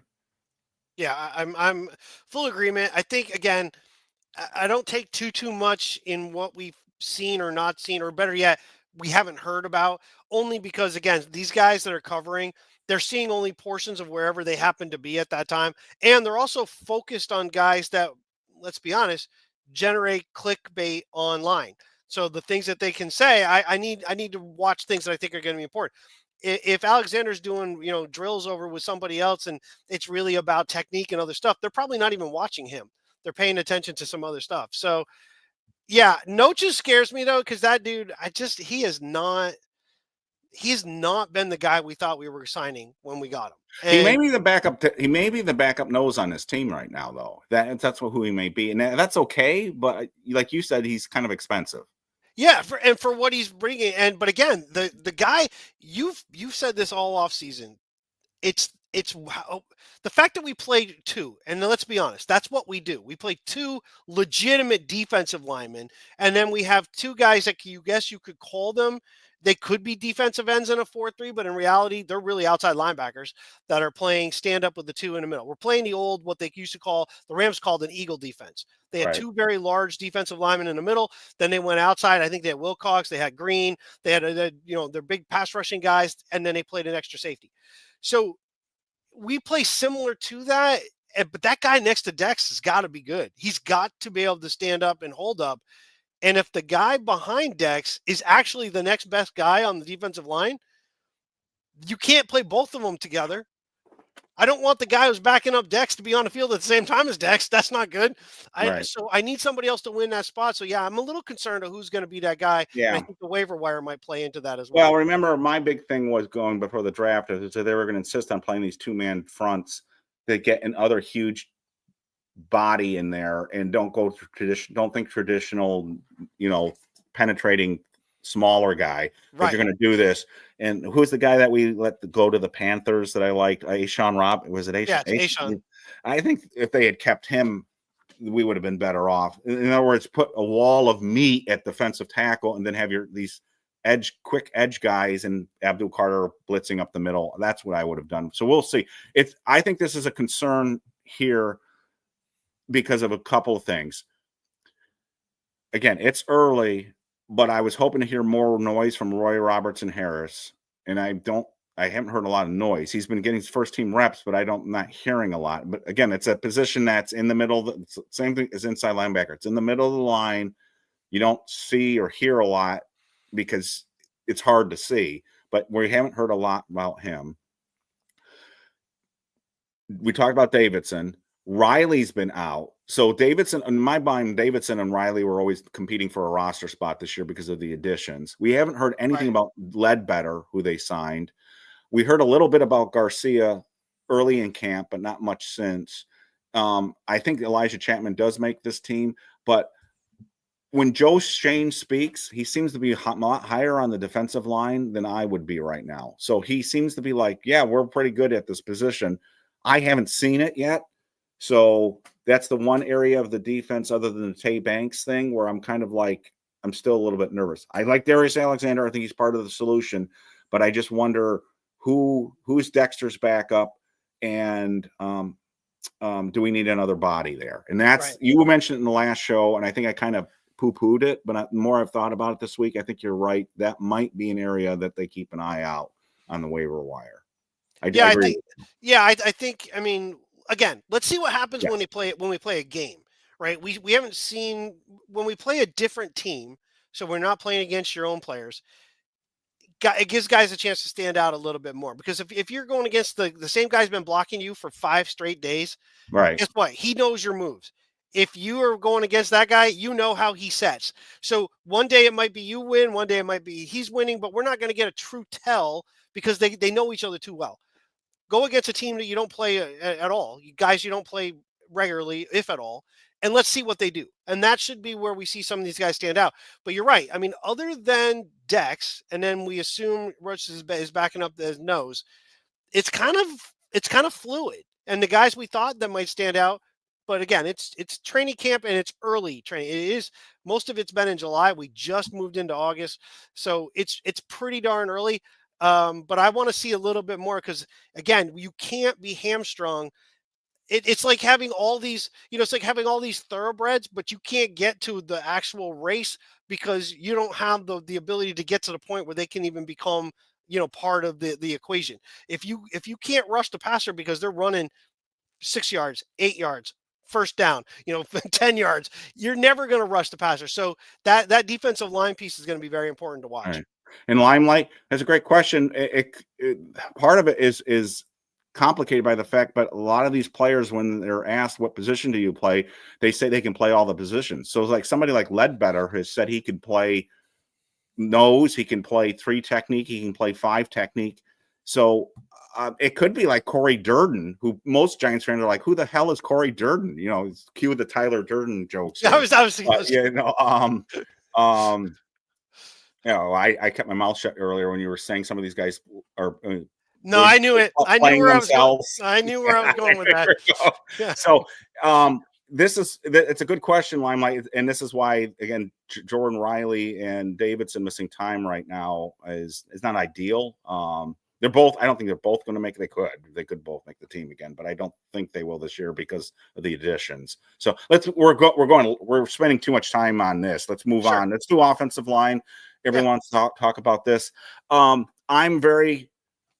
are going to take this the wrong way. I'm way more positive about the status of the offensive line than most people right now. I think they've had a really good camp, even without Andrew Thomas being there.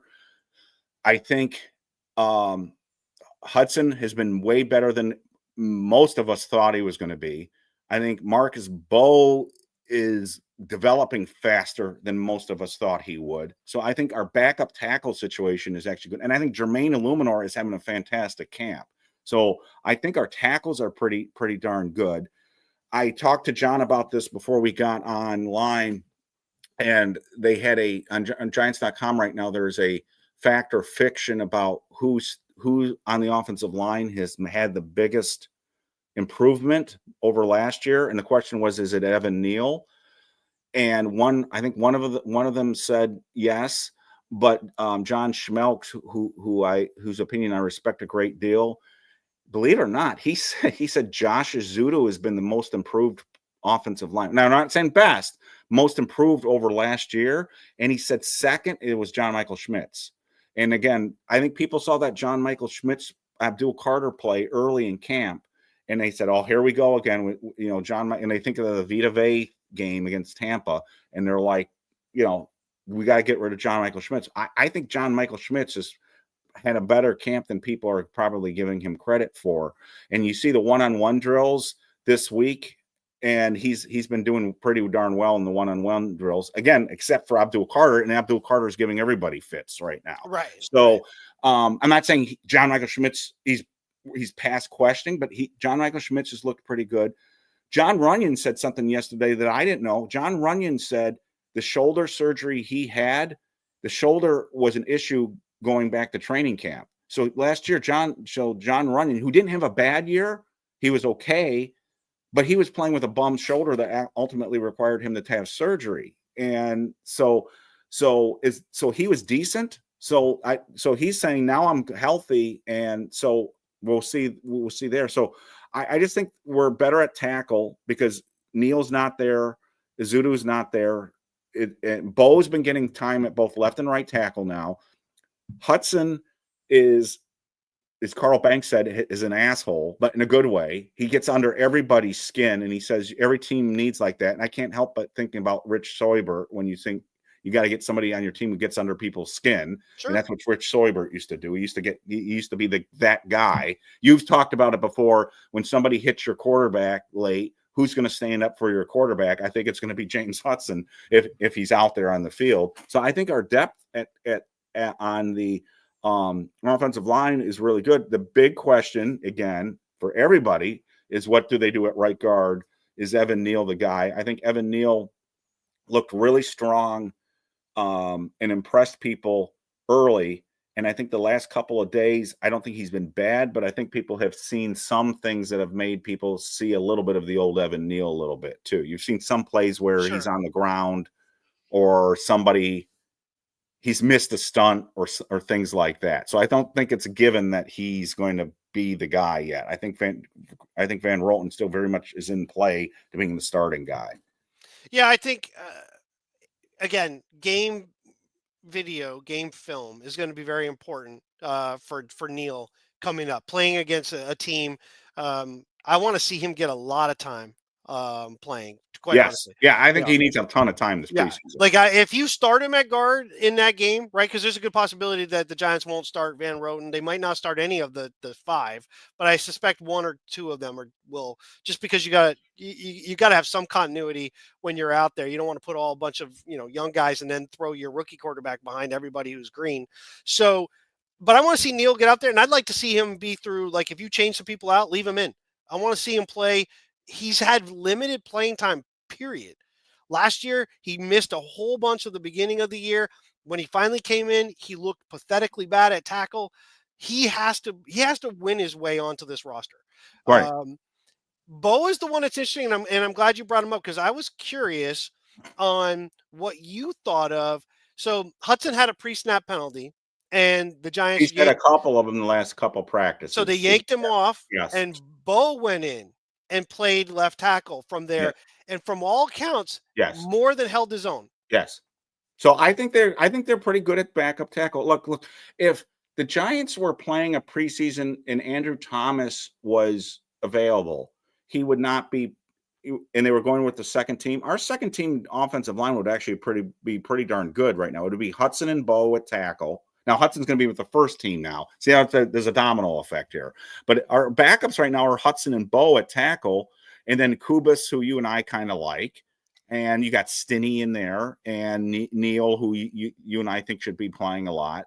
And so if Hudson was our backup left tackle right now, our second team offensive line is actually pretty good, which is stunning.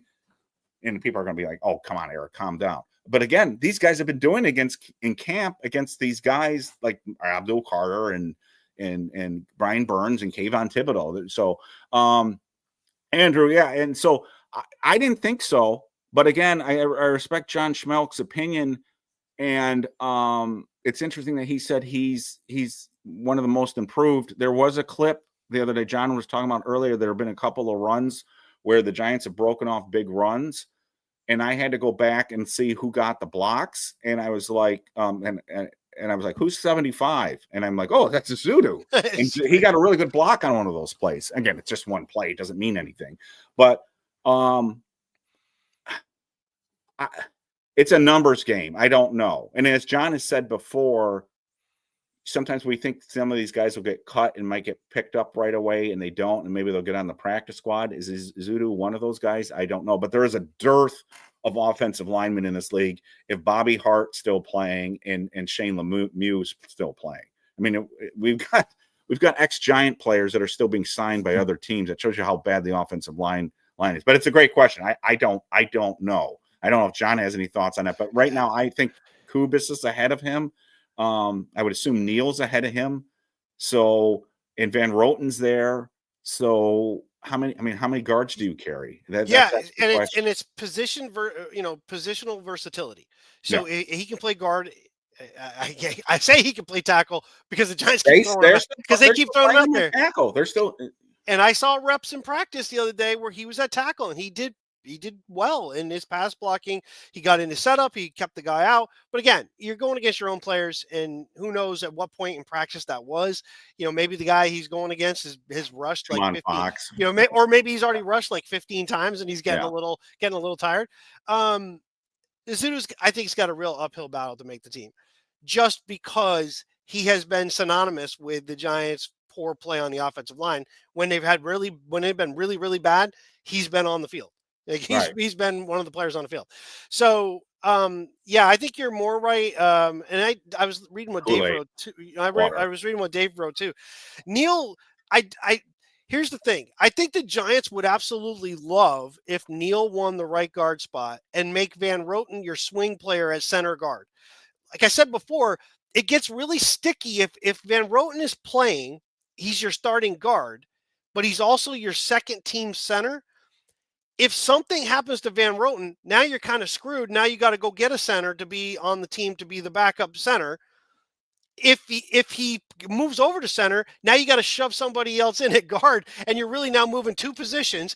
A most ideal spot would be is if Neil wins the guard spot and Van Roten's the backup on both. Right. Then you don't have to carry. Ideal. Yeah, then you don't have to carry a strictly center backup. It could be another guy, because now you're talking 3-team deep at that point. But if not, then you have to have a guy who can really play center, be the backup center. So a guy like Stinney all of a sudden jumps way ahead to his possibility of making the team. Kubas's possibility of playing center, which is been linked and been out there, also helps his job. But they haven't proven anything over a long term. Kubas not at all. He hasn't played center period yet in the NFL, and Stinney minimal amount. So I think ideally Neil should be the guard, Van Roten the backup center guard, but you got to prove it on the field. Yeah. And so we'll have to, I think you hit the nail on the head. I don't have to add anything to that. I mean, it would be ideal if Neil won it. The only thing that scares me a little bit is one of my pet peeves when I've gone to camp over the years is when you watch the reporters, a lot of the reporters just sort of sit on the sidelines and chat with each other. They're not really looking at the practice. They're not taking notes. So keep that in mind too when you're listening to the reporters, guys. Sometimes it's a social function for them, and they're just others really pay attention. And one of the guys that you can tell is clearly paying attention, not because I've seen him, because I haven't been in camp in quite some time. But just the detail he writes with is Dan Dugan. Dan Dugan pays attention because the way he writes and what things he covered. And Dan Dugan mentioned yesterday or the day before yesterday that Evan Neal is still spending too much time on the ground. And that's one of your big no-nos for an offensive line. If you spend too much time on the ground, it's a bad sign. So we'll see. Those who've talked about him say when he's locked on his man, it's over. That's not the problem with Evan Neal. When Evan Neal has got his feet right, it's over. That's why guard is probably going to work out. If it works out for him, the guard is going to probably work out better for him. So we'll see.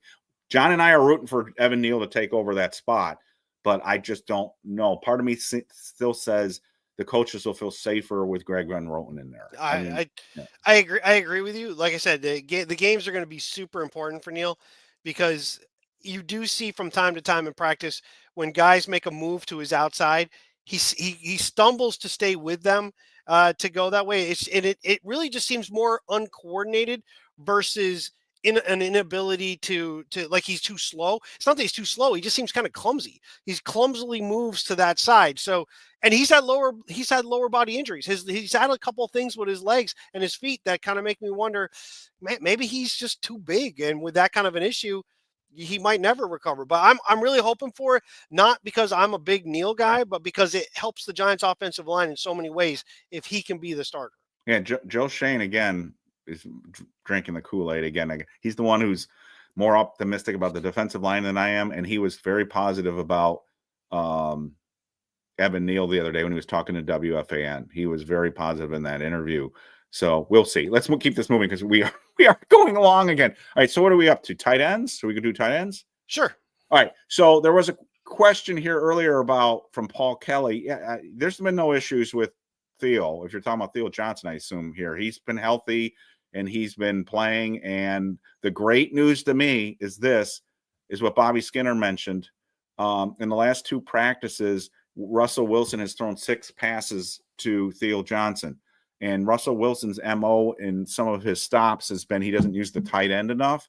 And Russell Wilson has been throwing to Theo, and he's been throwing to Wan'Dale, mostly Malik. So again, as he probably should. But he's been throwing to Theo Johnson. And Theo is probably, to me, Malik's obviously a building block on this team in terms of weapons to throw to. Right now, I feel better about Theo Johnson being a guy moving forward as a building block than I do about the other two wide receivers. The other two guys got to prove it to me still, the Darius Slayton and the Wan'Dale Robinson, that they can be somebody that the other team's got to worry about. I think Theo Johnson is got more likely got a longer future here than those other two guys moving forward from this point on. We'll see. We'll talk about that when we get to the wide receivers. But I think my big fear was that Theo would be wasted with Russell Wilson, and the good news so far is he's been throwing to him. I'm with you. I'm not worried about Theo. I think he's going to be a good player, assuming no injuries. I think he's going to be a good player. I am kind of interested still in how it's going to shake out, though. Right? Bellinger's been doing some stuff, and he had a good week. Bellinger had a good week, and he is after. And the guy we never hear anything about is Manhurts, but we assume Manhurts is going to make this team. He's the blocking tight end. He's the only blocking tight end that we have. Would you be shocked if he doesn't? I wouldn't be shocked if he doesn't, because then that means the Giants are going to go more. We're going to spread things out a little more. We're not worried about having a full blocking guy in there. We'll get by with what we got, kind of deal. But if they have any concerns about the O-line still that they feel they need to give additional help to, then I think Manhurts makes the team just to stick him out there to be one extra blocker. I think they prefer to keep Manhurts as a blocker. I just wonder, does Dulcich make it tough and I'm not saying Dulcich is doing great, but Dulcich hasn't been invisible either. You still see every now and then his name keep popping up in the passing game in camp. So he's another guy that the preseason is really important to. And I hope this Fedoni injury isn't serious. We don't know what he has. Again, it could be minor, but he's missed. He went off the field the same day Scadaboo went off the field. And no one ever even said he walked off. He wasn't carted off or anything like that. He walked off the field.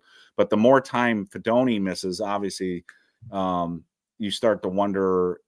That's good for Bellinger. I think Bellinger, the more this goes. And Bellinger, I think he's had a decent camp. I think there are plays where you look at him still and you say, he's not bad. They had a cool play yesterday where it was he was lined up at fullback and he came out of the backfield on a misdirection play, and it completely confused the defense. But he looked good running down the field. I mean, he's still a guy with really good, really big biceps, and he just looks the part. He looks like you want a tight end to look like. Remember Dan Campbell when he was here? Dan Campbell looked like a tight end when he was here. And Bellinger has that same look. So I think the tight ends are decent. The question is, what's Theo Johnson's upside? That's the question to me, is how good can he get? And we're going to have to see. If he's just average, then I think tight end obviously is a big need moving forward in the next draft. And there's some good tight ends in the next draft. But if Theo Johnson is what I hope he is, then I think we're in a good shape there. So that's where I am with the tight end. Yeah, and the good thing is like I think there's a number of guys right there that we have in camp right now that the fourth guy could be multiple guys, and I wouldn't be like, why did we keep that guy, over that? They're all roughly the same. But Fedoni's the only one that concerns me slightly. Heard nothing, but a guy with a history of injury, you definitely don't want anything in that. If they come up and say, well, his knee's bothering him or it's a little swollen or something like that, that's not good with a guy who's had multiple surgeries. So I didn't even think about but we have no idea what it is. So, but that would be my only concern. But he's shown enough in camp to say that it won't be a surprise if he makes this team. Yeah. And just real quick on Andrew's comment here. Yeah, I mean, I agree. I'd be a little bit surprised if Chapman doesn't make it. I think they like Chapman, and I think based on the rotation they're using in camp, I think he's going to. Davidson, I could see be gone, especially since we don't know what's going on right now. Zudu, we already talked about. Manhurst, we already talked about. Hawkins, obviously, is fighting for a roster spot, but it's good news for him that he's having a good camp. But yes, I do think we're going to get a number of our players picked up by other teams this year. I think that's going to be. I think you will be, including the offensive line. I think some guys that will cut on the offensive line, you'll be surprised, will be picked up. That's how bad the offensive lines are around the NFL right now. So, all right, what's your choice here? Do you want to save the best for last? Do you want to do running backs first, or tight or wide receivers first, then quarterbacks? So let's stay, because let's kind of keep group them somewhat. Okay. Let's do the wide receivers. We'll go tight ends, wide receivers, then we'll work our way into the backfield. Okay. To me, this is the area where when I look at the long-term future of this team, I see Malik Neighbors being the stud, and you wonder if the Giants are going to get back to a Super Bowl, who's the other guy that's going to make the other teams worry about when Jackson Dart's the quarterback? So you're going to have Malik Neighbors. Hopefully Theo Johnson's a credible threat. But who's the other guy that that other teams are like, holy shit, how do we deal with the Giants offense? They've got Malik Neighbors, but that's it. I'm hoping Darius and Wan'Dale are way, way better players with a better quarterback. I'm not giving up on them, but I think it's a critical year for both. Even with Slayton's new contract, I think it's a big critical year for both, because I could very easily see in the offseason Joe Shane saying, we're going to get weapons in here now. We're going to still tweak the offensive line, but we need to get another major weapon in here for Jackson Dart to throw to besides Malik Neighbors. So Darius Slayton missed practice yesterday. He's made some plays, but then he's been fairly quiet. Wan'Dale seems to be coming on a little bit after he got dinged up with that Brian Burns collision. We'll have to see if he can keep building on that. But when you watch him, you still see, he is a small guy. You still wonder, would it be better to have a bigger player there? I'm not down on him. People don't get, again, I've defended Wan'Dale before. I've defended Darius. I thought they should have resigned Darius Slayton after I saw who was on the free agent market. I just wonder, who scares the other team? When we play the Philadelphia Eagles, they see Malik Neighbors. Who's the other guy that they're worried about? And when we see other teams right now, they seem to have two really good. The good teams, they seem to have two really good wide receivers out there. I don't think we have another really good wide receiver. That to me is the only thing. And people like Connor Hughes have talked about this. They say when Malik Neighbors is on the field for the Giants, their offense is pretty. They can have explosive plays. When Malik Neighbors is not out there, they're a different animal. And that's kind of where I am at right now is like, we're not good enough on outside. And I don't think we can fix that. I think we're good enough to be, I think we're going to move the ball much better than we have because of the quarterback. I just would like to have another kick-ass wide receiver out there. That's where I am. Yeah, I'm not going to disagree. I think differently about Wan'Dale than you do. I think Wan'Dale is a long-term guy here. I think he just needs to stay healthy. Okay. Because I think he brings them something. He's a guy that can, you see it across the league. There's a number of guys like that. They carve out long careers because you go to them on, 2nd and 7, 3rd and 5, and they're picking up first downs. They're gaining you those extra yards. Mm-hmm. They're making people miss and go. He's a guy that could be used in a multitude of ways. Yes. But he can't be the guy that you fully rely on. That's where the Giants were kind of off last year. You had Neighbors and you had Wan'Dale, and you're relying on those two. Everybody would single out Neighbors. Then it was Wan'Dale, but you were using Wan'Dale in areas where he's going to get obliterated. And he had how many targets did he have? 93 targets or something? No, he had 93 receptions. He had 93 receptions. Change in targets. Oh, yeah, you're right. You're right. That's unbelievable. I mean, but again, the yardage was down, and a lot of it was on the quarterback. But again, so it shows that they like him. So you're right. Optimist. You kill what did I miss? The Peter Dinklage of wide receivers. Hey, he catches passes and he knows things. So yes. I think he can be very useful. Slayton is a guy that we know what he is, and assuming that Russ is the quarterback for us that can do certain things, then that plays to his strength, right? He can make some plays. Yes. He's not going to be Steven. He's not going to be a 1,500-yard guy. But He's just not going to be a 1,500-yard. We haven't seen it from Slayton yet, though, right? Am I wrong? In camp, minimal stuff in camp so far. But I mean, I don't know how much one-handed one-handed catch. Yes, but I expected by now to have seen some deep moon ball completions to Slayton, and I don't. Maybe I'm forgetting. I don't think we've seen it yet. We haven't, as far as I've seen the highlights of it. Hyatt's back on the field, and this is your guy. I'm not my guy. I'm just saying. Well, you've kind of you've defended him a little bit, like a lot of it. I'm just saying, give him a chance, but I'm not. So, but this is his shot, right? Like, and I've seen a couple of plays where he's making contested ball catches, and that's good. That's something you don't always see from him. Against Adebo, the play we've seen so far was the out route against Adebo because of the quality of the competition in the route. So it wasn't just a fly route. It wasn't just running down the field. He actually cut to the sidelines against the guy that was covering him, and it was a good throw and it was a good catch. That was his best play so far. Like, think of it last year, right? Where did our hearts just basically fall into our stomachs?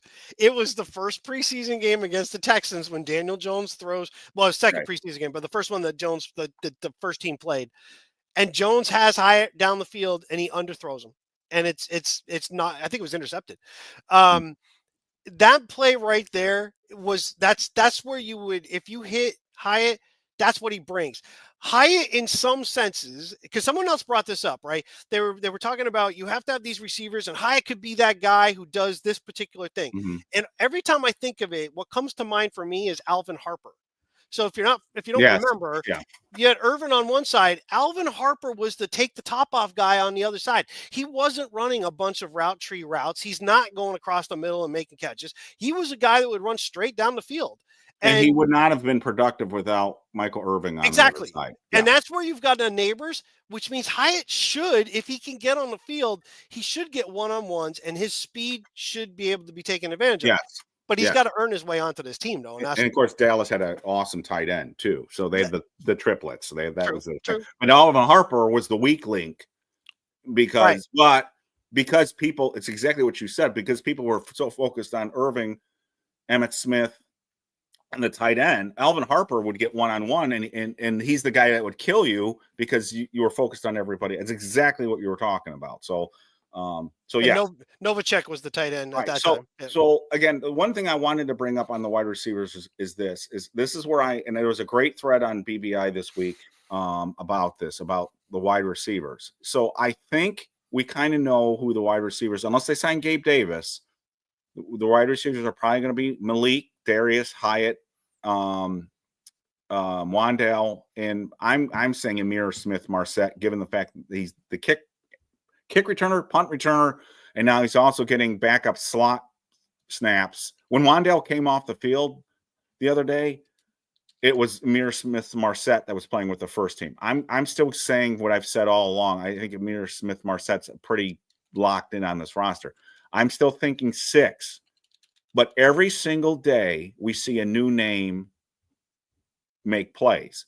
Bo Collins has been getting a lot of good news for him. The first team reps, able talking him up, but then the last 2 days he's missed practice. I still think he's in the mix. I think he's the front runner right now. But Dallin Cambray is the special teams player who's getting a lot of.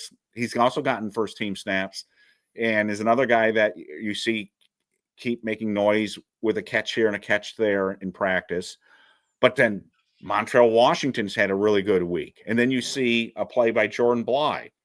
And then the guys that we kind of thought might be like the UDFAs to watch have been kind of quiet. Daquan Felton, we haven't heard a lot. I haven't heard anything. Yeah. Juice Wells, we really haven't heard a lot about him. And then who am I forgetting here? Even little Jordan Humphrey, which I think he's going to have a hard time making the team, but he had a really cool catch yesterday. So where I'm struggling with right now is who's that 6th guy. If I had to guess, it's Bo Collins, but I would not discount Dallin Cambray. And Montreal Washington really has had a really good week, and he has a connection. Somebody said this. It was one of the sports writers. He said if you're one of these weirdos who does fantasy football in the preseason, pick Montreal Washington. with Jackson Dart in the preseason, because he said that he throws the Montreal Washington all the time, and we saw that yesterday. He threw a beautiful deep pass to Montreal yesterday as well too. So, but that's where I'm at. Those 5 guys, but who's the 6th guy? I mean, I think Bo Collins definitely has put himself in that position. Combrey, I think you can stash him probably. I mean, I don't think he's going to be someone the rest of the league is going to just try to go and claim. Right? They could have drafted him. They could have signed him. Right. They did. They didn't. That's a guy that you probably could slip through, and I think they probably think the same But way is too. he your gunner on special teams too? I don't know what they, I don't know what they. That's true, right? Like that's Yeah. really gonna change. Now I don't know if you did. Forgive me. I was reading a bunch of things while you're talking at the same time. You mentioned Zach Pascal as well. That guy, again, a veteran. He's not standing out the way he needs to. And I think again, cost. A play here, a play there, but nothing, And for the cost, you're not going to keep him as your 6. Well, plus, do you want to keep Zach Pascal over Bo Collins, who has potentially an upside? Zach's been in the league for a while. You know what he is, what he is. Right. So again, he's not bad. And remember, you can put old guys on the practice squad now. So Zach could end up on the practice squad too.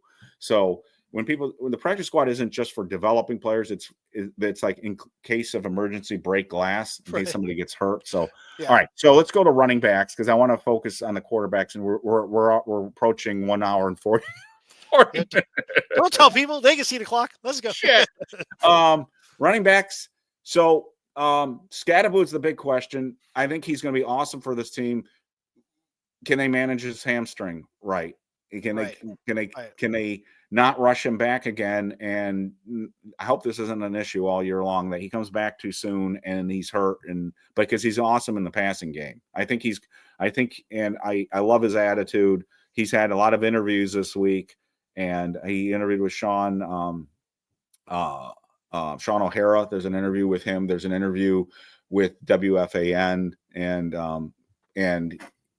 when he gets on the field, he's breaking runs and he's catching passes. And I think he's going to end up being a better draft pick than even we hoped. That's what it looks like so far to me. I think Dave Del Cole said earlier too that Scadaboo needs to learn to kind of dial it back a little bit. Like, you're looking for a career, not a 2-3 year thing. We're looking for a career. So you do want to kind of keep it contained in practice a bit. Settle it down just a little. But I mean, again, the big question is, what was the reason he didn't practice in the spring? And if it is this particular thing, because Dayball basically said it was like a recurrence of something and just a little thing, and they're dealing with it or managing it. If it's the same thing, that's not a little thing, because now that's 2 times. It's not a little thing, and that's why, again, and you and I talked about this offline before we started the show. I'm not big into shutting people down a lot, but this is one case where I would, and I'm really not into that with rookies, but this is one case where I would, because hamstrings, I'm old enough to know hamstrings can be an issue all year long. And this is one of those things where we're deep enough at running back that Tyrone Tracy has had summer too. And we saw Devin Singletary break off a good run. And it wasn't just because it was blocked well. It was blocked well too. But again, he's not dog meat. He's a good player. He's not great, but he's a good player. You can survive Cam Scadaboo not playing early in the season. I would love to have him all 17 games, but I don't want this to be an issue all year long. So when we get into November and December, Cam Scadaboo's on IR because he really pulled his hamstring. And then we're like, shit, so that's one area that we are a little bit deeper at, and I would give it time. We got Turbo Miller there too, who if you need another guy, you do that. So we'll have to see what it is. I do want to shout out to Tyrone Tracy. He's had some really cool runs. Again, some of the runs the Giants have had, they've been well blocked, but there's also been some really good, as much as you can see from the angle, from the field, he's been weaving in and out of traffic. He's really, for a guy who only played running back 1 year, he's really instinctive. He's a really cool. I like him. As long as he keeps that fumbling under control, I like our running backs. Yeah, I agree. I'm curious on the injury with Scadaboo. I think the back committee is going to be Tracy, Scadaboo, Singletary. I think Miller's going to be on the practice squad. I think you're going to see Chapman, if he makes the team, used as a fullback in short or goal line situations from time to time, and that helps in that area. But I think those are the guys. I mean, there really isn't. The funny thing is, outside of Miller, there isn't anybody else to talk about at running back. Well, Eric Gray screwed himself. I mean, he's on this injury list that he hasn't been there since camp started. And quite frankly, I think he'd be behind Miller right now, even if he did. I think the Giants have seen enough of him to go, he doesn't bring anything to the table. Miller brings speed. So if he makes the team, he's a speed back. If Gray makes the team, is he that much different in terms of speed or running ability than Scatterbo? No, he's less than that. Is he better or in any area than Singletary? No. And Tracy, we already know. So Gray really would have been like, what's the point? You would be a redundant piece. Captain Dunzel is what he would be.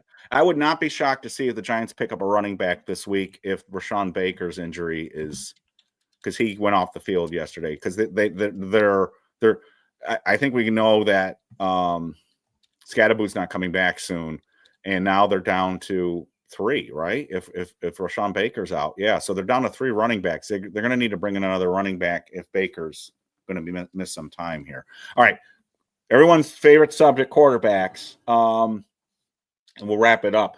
Quarterbacks. I think, again, one of the undersold stories, underappreciated stories is just how good Russell Wilson has been. Again, he's not top 10 quarterback in this league, but he brings competency to this team day in and day out. I don't think there have been a couple of interceptions, but day in and day out, he's been and the players love him. Every time they roll out a new player to talk to the press, they keep talking about what a difference the quarterback is this year. And it's really a slight against Daniel Jones. We have to we have to be honest about this. They're all throwing Daniel Jones under the bus at this point. It doesn't matter who they're talking to. That's defense, true. Offense, offensive line, running backs. I mean, John Runyon did it the other day. And John Runyon's not a dick. He's not looking to hurt Daniel Jones, but they're all saying the quarterbacks are so much. So I think Russell Wilson is going to give the Giants so much better quarterbacking this year that people are going to start to realize how bad the quarterbacking situation was with the Giants. Because as you and I keep saying, they haven't changed anybody on offense. They added Scatterbo, but everybody else has basically stayed the same. Scatterbo's not a starter on this team. All the starters are basically the same on this team. Right. I'm laughing. I appreciate AG catching the Star Trek reference I threw in there. So, yeah. So overall, I mean, I was reading these comments real quick on the backs and the term jag thrown out about Gray. That's legitimately true. Like that. It's just. I mean, we could cut Gray and we could go through the waiver wire and find somebody else who could bring us the exact same thing that you would have with Gray. Or more, right? It just doesn't matter. Just doesn't matter. Back to the quarterbacks and about everybody throwing them under the bus. Yeah, I'm trying to find the Runyon comment too while you're talking. Every comment that I have seen so far talks about like where the ball's placed to have a competent, quarterback play. They don't say Jones's name, but I mean, you don't have to. You don't have to. It's like literally, you might as well stand in front of a giant poster of him as you're talking and know that that's what you're talking about. But they're not using it as an excuse either. They're not like bringing up saying it's not like they're just saying it matter of factly. It's almost like. It's almost like that person for years, right? They were in a bad relationship and they kept constantly talking up the person they were with, even though they were in a bad relationship. And it's not until you're completely out of that you start realizing just how bad it really was. You're like, wow, I didn't know that it could be like this. I thought it would be like, this way. That's kind of what the feeling I get from these guys. I don't think they dislike Daniel Jones, the person. They just realized that they were hamstrung at that position that affected their roles as well. Right. And and it's a long answer, but here it gives you an indication of the kind of things so he's asked about Russ and he says, yeah, Russ has been great for our offense. Coming in here, he really stepped into that leadership role. I feel like he was someone that we really needed to bring in here. And it goes on and talk about that more. But again, I think he was somebody we really needed to bring in here. In other words, he's way better improvement the last guy was here. So Yeah. again, and all the answers have been kind of like that. They've been sort of like they all been saying this has been a good thing this has been a good change for the Giants, and it's the Right. way that they've been saying it too. Again, they haven't been dicks about it. They haven't been like snotty about it. It's just, it's like, I don't know. It's like if someone who was talking to you guys and you got a better girlfriend or something. Yeah, she's way hotter. Hotter than the last girlfriend. You know, it's kind of that thing. You're just that's kind of what they're going on, you know, when they're, and it's all everybody, it's the defensive players too. And it's actually kind of stunning. And if you listen to Shane and Dable, they've kind of said it too. Again, they won't throw them under the bus, but they'll say, what's been the big change in the team this year? And the first thing they'll mention is the quarterbacking. Well, So let's be honest, though. Let's be honest. Dayball didn't even wait till the end of the season. It was playing the shitty Colts team at the end of the year, and his shitty backup quarterback had a good game, and he goes, "That's what you get when you get competent quarterback play." I'm like, my God, and you brought that up immediately. You've been harping on that for a long time. The dude still had a pulse at that point when you were when you were stabbing the corpse. It's pretty funny. But to hear these guys the way they talk, though, I've equated it to a number of different things. But if you were to call the Giants offense, right, or even the team in general, like if you were to call them basically kind of like the Winnie the Pooh group, we had Eeyore at quarterback, right? So it's always like, you know, and something bad would happen, and you would just be like, oh, well, that's what you know what I mean? It's that kind of thing. Wilson brings a whole different attitude. You're not waiting. You know, it's not like you're waiting for the rain cloud to just be wherever you go, the rain just goes with you. We're looking for the sun now, and the opportunity. You knew the team's mental capacity was always on a razor's edge of one bad Daniel Jones play to send the whole team kind of like, oh, everyking just seems so blah afterwards. In the fan base too. You'd be in the stands and it would be like, oh my God, here we go again. Because let's be honest, there are times when the fans are into it early in the game and they're like, yeah, 3 and out. You know, so it's the same thing.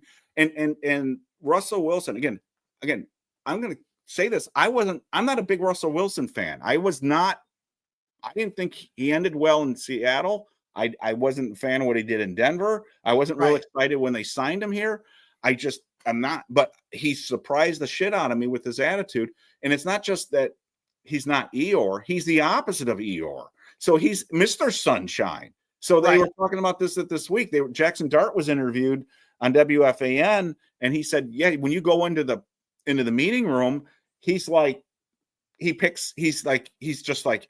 Mr. Positivity. Everything is, everything so I just don't think when the Giants get in a game now and something bad happens, the team's going to completely fall apart. Will we win more games? I don't know. That remains to be seen.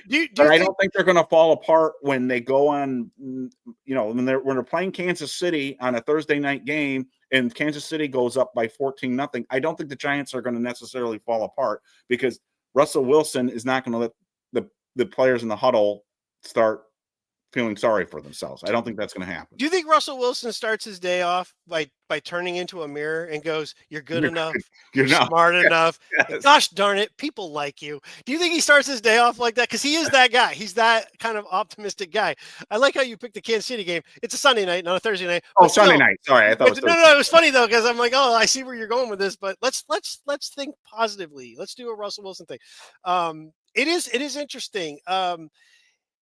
It's kind of funny. I was trying to think of there was a reference that I wanted to use based on your shirt too that I was thinking about, but anyway.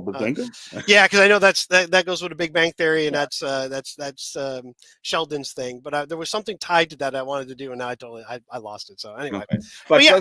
So Jackson Dart. Let's get to Jackson Dart. I think Jackson Dart has had a good training camp, better than I expected. I expected way more ups and downs. I think he started kind of what you expected. Remember the big criticism early was he's holding onto the ball too long. Right. And then he had 3 really good practices in a row. He was asked again for the second time, why is he playing better? And he told Tiki, the game is slowed down for me. That's again, If he thinks it's slowing down now, it'll really slow down when he's in year 2, year 3. But that's fantastic that he says things are slowing down for him. We haven't seen a trend, and I still expect to have a practice where it's just ugly. We haven't had an ugly practice from him yet. When I say ugly, I mean like, holy shit, what's he doing? He's got 3 interceptions. He can't hit the broadside of a barn. Nothing like that has happened yet.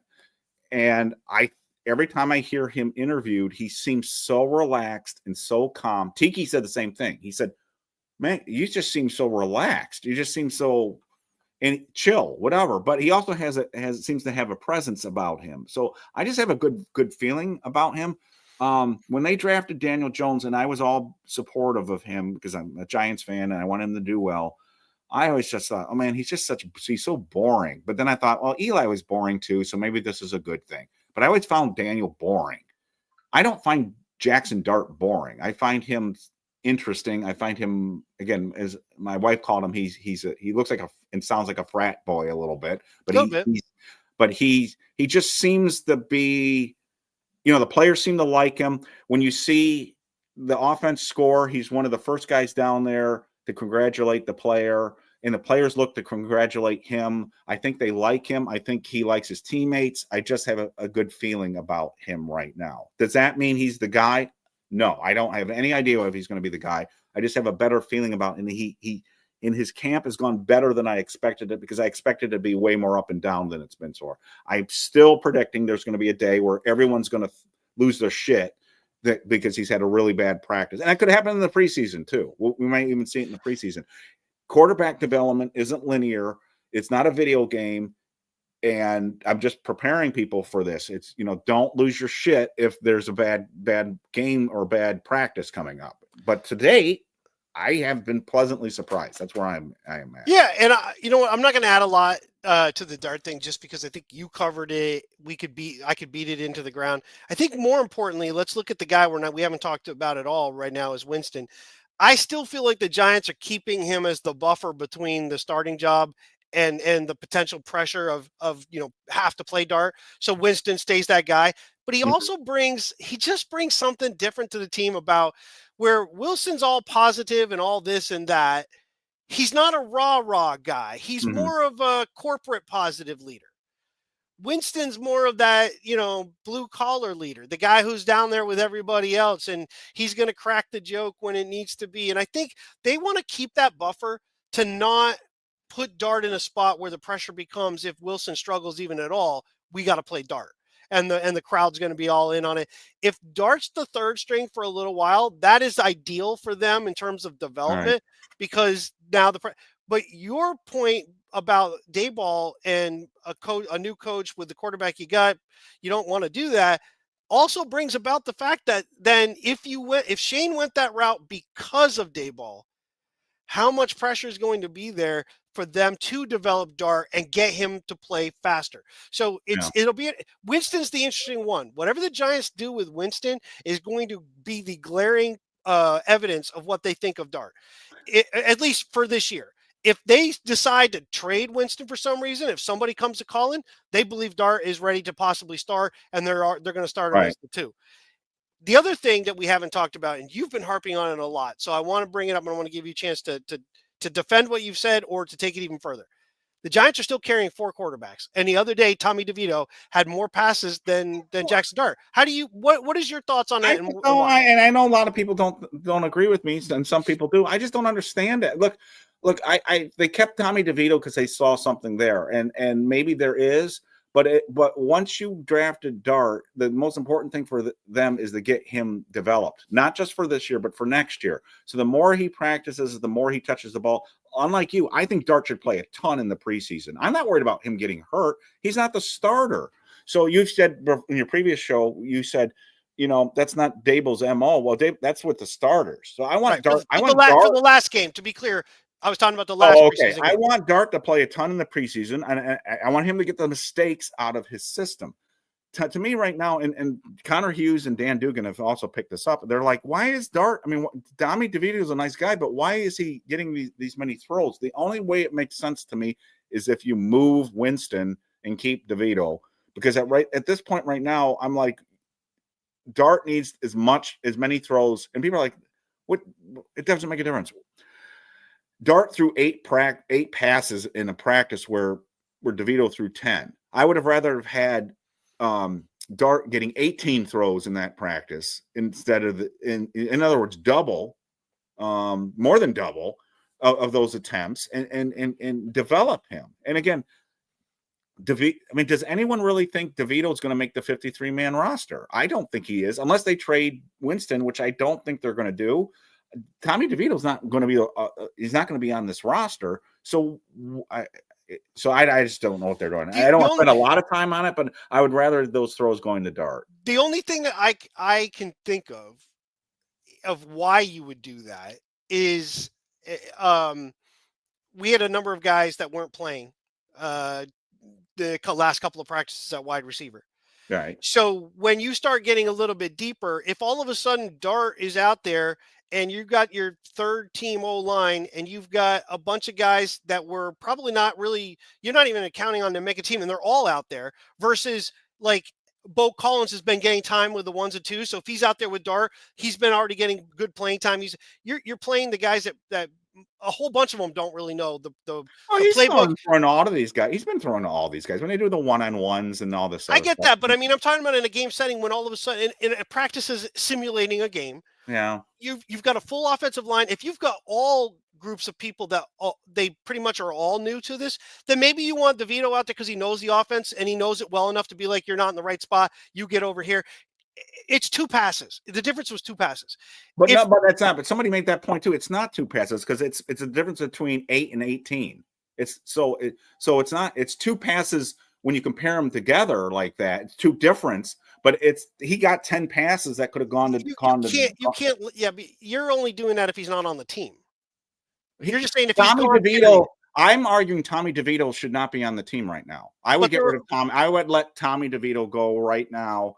Or not hardly. How many teams in the league right now? And I know you don't know the answer off the top of your head, but most of them have 4 quarterbacks. That's my point. So, right, they probably mostly have 4 quarterbacks. Right. But right now, it's hurting Jackson Dart. In my opinion, it's Jackson Dart, or at least Tommy DeVito goes back to what they were doing early. He gets like 2 or 3 passes at the end of practice. And I see what you're saying, but I mean, to me, he's Tim Boyle. Was Tim Boyle we had last year? Yeah, we got him late. Yeah. He's Tim Boyle on this team now. That's what DeVito is right now. He's a Boyle on this team. No, Tim Boyle. No, I know, but I took it one step further. But it's really hot, and again, you're playing with a bunch of guys, and maybe you might not want. It wasn't hot though. It was 70 degrees outside. They were wearing in Jersey. Yeah, they were wearing. It was really hot here. I don't know. Yeah, it was really cool. It was really cool on Friday. So people were complaining it was, or not Friday. Was it Thursday? Whatever day. Both days it was pretty cool. One days it was so cool. People were wearing hoodies and shit. Let finish up. Just to finish that thought though. Sorry. I don't think he lasts deeply into the preseason unless the Giants want to throw him in. My big thing about Dart is I don't want him playing with the third team against whoever the hell we played in the last preseason game. I don't want him playing garbage time. I'd rather you just throw DeVito out there and let him play the garbage time at that point, because you don't want to risk him getting hurt behind a bunch of guys who aren't going to be on the team anyway, and guys going against guys who probably aren't, but they're trying to catch the eye of somebody else somewhere else. You know what I mean? I don't mind if Dart starts the third one and plays with my second team guys. I don't want him playing with the third and scrubs who aren't going to make the team, because I'm risking injury to my franchise quarterback.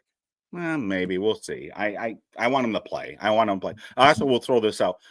Tommy DeVito in those 10 passes was 1 of 10 with 2 interceptions to D. Williams, who I guarantee you 90% of the people in chat right now don't even know who the hell D. Williams is. He's one of those guys that I thought he was only a kick returner. All of a sudden, he's the star of practice because Tommy DeVito's throwing the ball to him. One of the interceptions was this week. By the way, real quick, funny. Did you guys see Jameis Winston dancing to Thriller? They played Thriller during practice. I saw that. That was pretty funny.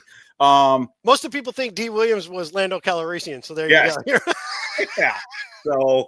So on that note, let's wrap this up because we're at 2 hours. So sure. Again, I'm going to say it's been a very good training camp. Again, knock on wood so far.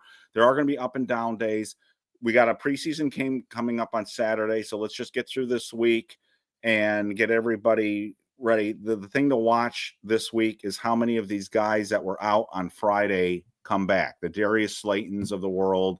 I think we're assuming Cam's going to be out for a while, but does Davidson come back? Where the hell is I assume Greg Von Roten's going to be back. Is Bo Collins out again? And like you said, Thomas Fidone, hopefully it's not the knee.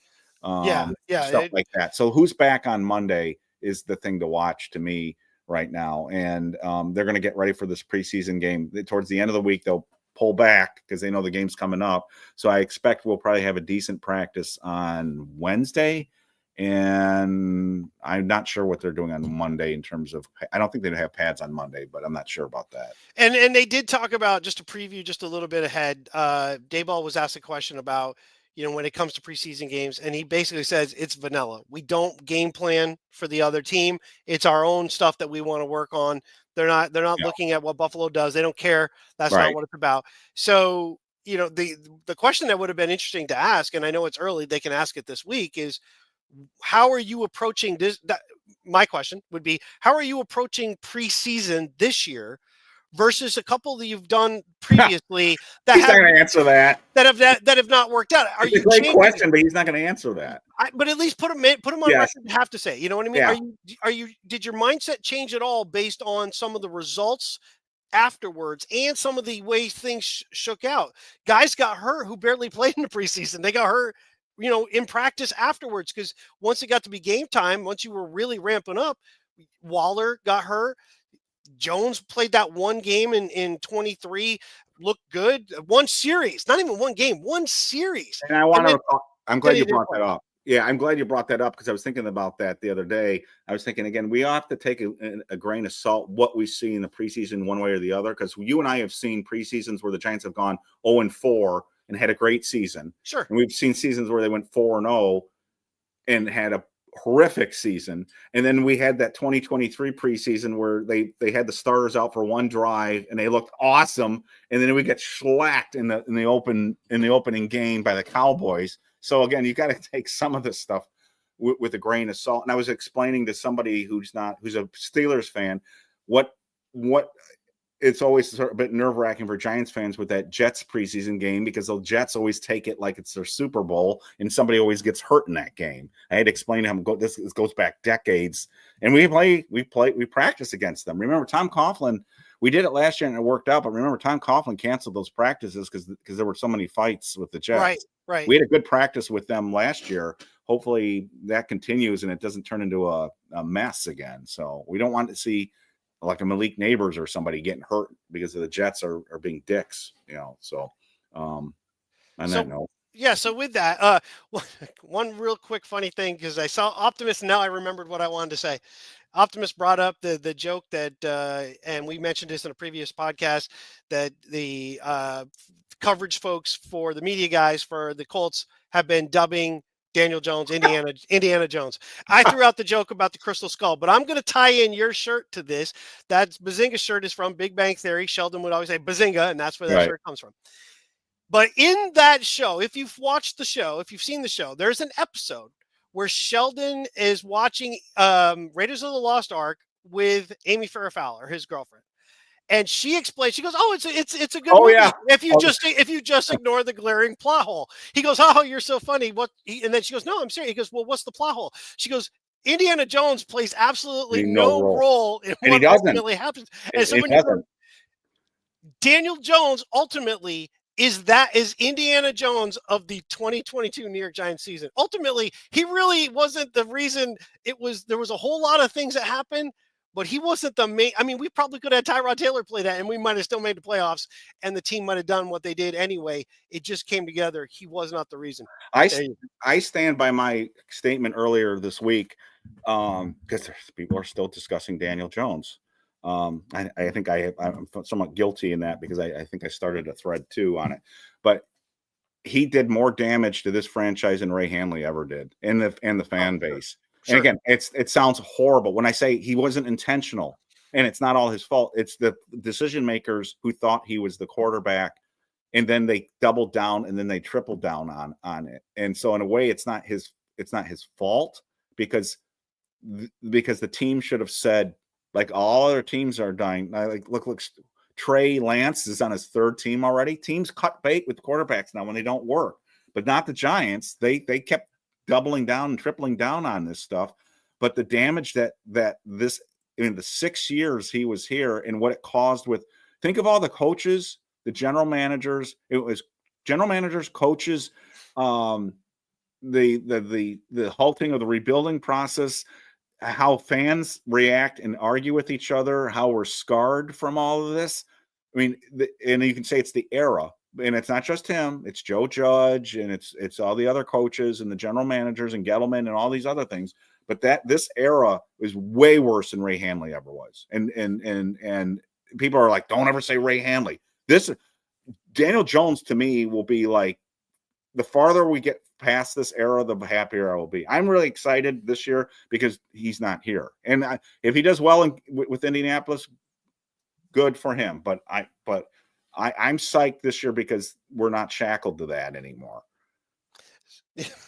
Stephen Lawrence, I just want to say to you and to any if we do have any female watchers right at the moment, it's just a joke. It's just a joke. But there's a reason why there's a reason why women are amazing archaeologists, because they have an innate ability to dig up old shit. So anyway, moving on. That would be worse than that. No. That's not bad. You can come I know, but you still have to. I mean, I've been married twice. So anyway. So with that said, we're going to do a couple of shows this week, and we are live streaming the Buffalo Bill game. I'm psyched for this. We're going to do it. It'll be fun. I hope we're on the same. I hope we can sync our TVs up, because if you're ahead or behind, if one of us are ahead or behind, this is going to be a little odd. So we'll figure it out. Well, it'll work though. We did it for the draft. It worked well, and it didn't work well. You were way ahead of me on the draft. You were way ahead on me on it. I was watching on my phone. You were way ahead of me. I'm like, who did we try? All right, but it'll be fun though to kind of be able to talk, because if we had done this during the Houston game last year, it'd been very interesting to be. Well, it'd probably be like, oh my God, here we go. But it would have been fun to kind of break some of the things down as they happen versus 2 days later talking about it again. To be able to share that as it's going on, it's a lot harder during a regular season game. You're really invested. I'm really invested in what happens. It's hard for me to set aside that part of it, but we'll see how this works. If it works well, we'll do it. We'll do it some other times. So it may suck. You guys may tune in and just see it all completely fall apart too. Us swearing and what the hell's going on? Give me another beer. That's right. So with that, I know it's been said before, but if you could subscribe, all that good stuff. Hey, and don't forget, check out our New York Rush guys too. They're super great with us, and they were in the house earlier too. But check their stuff out if you haven't seen it. And other than that, I don't know when our next one will be, Eric, but it'll be fairly soon. So we'll let you know as soon as we know, but it'll be soon. So I appreciate everybody for checking in. Have a great Sunday, and we'll catch you soon.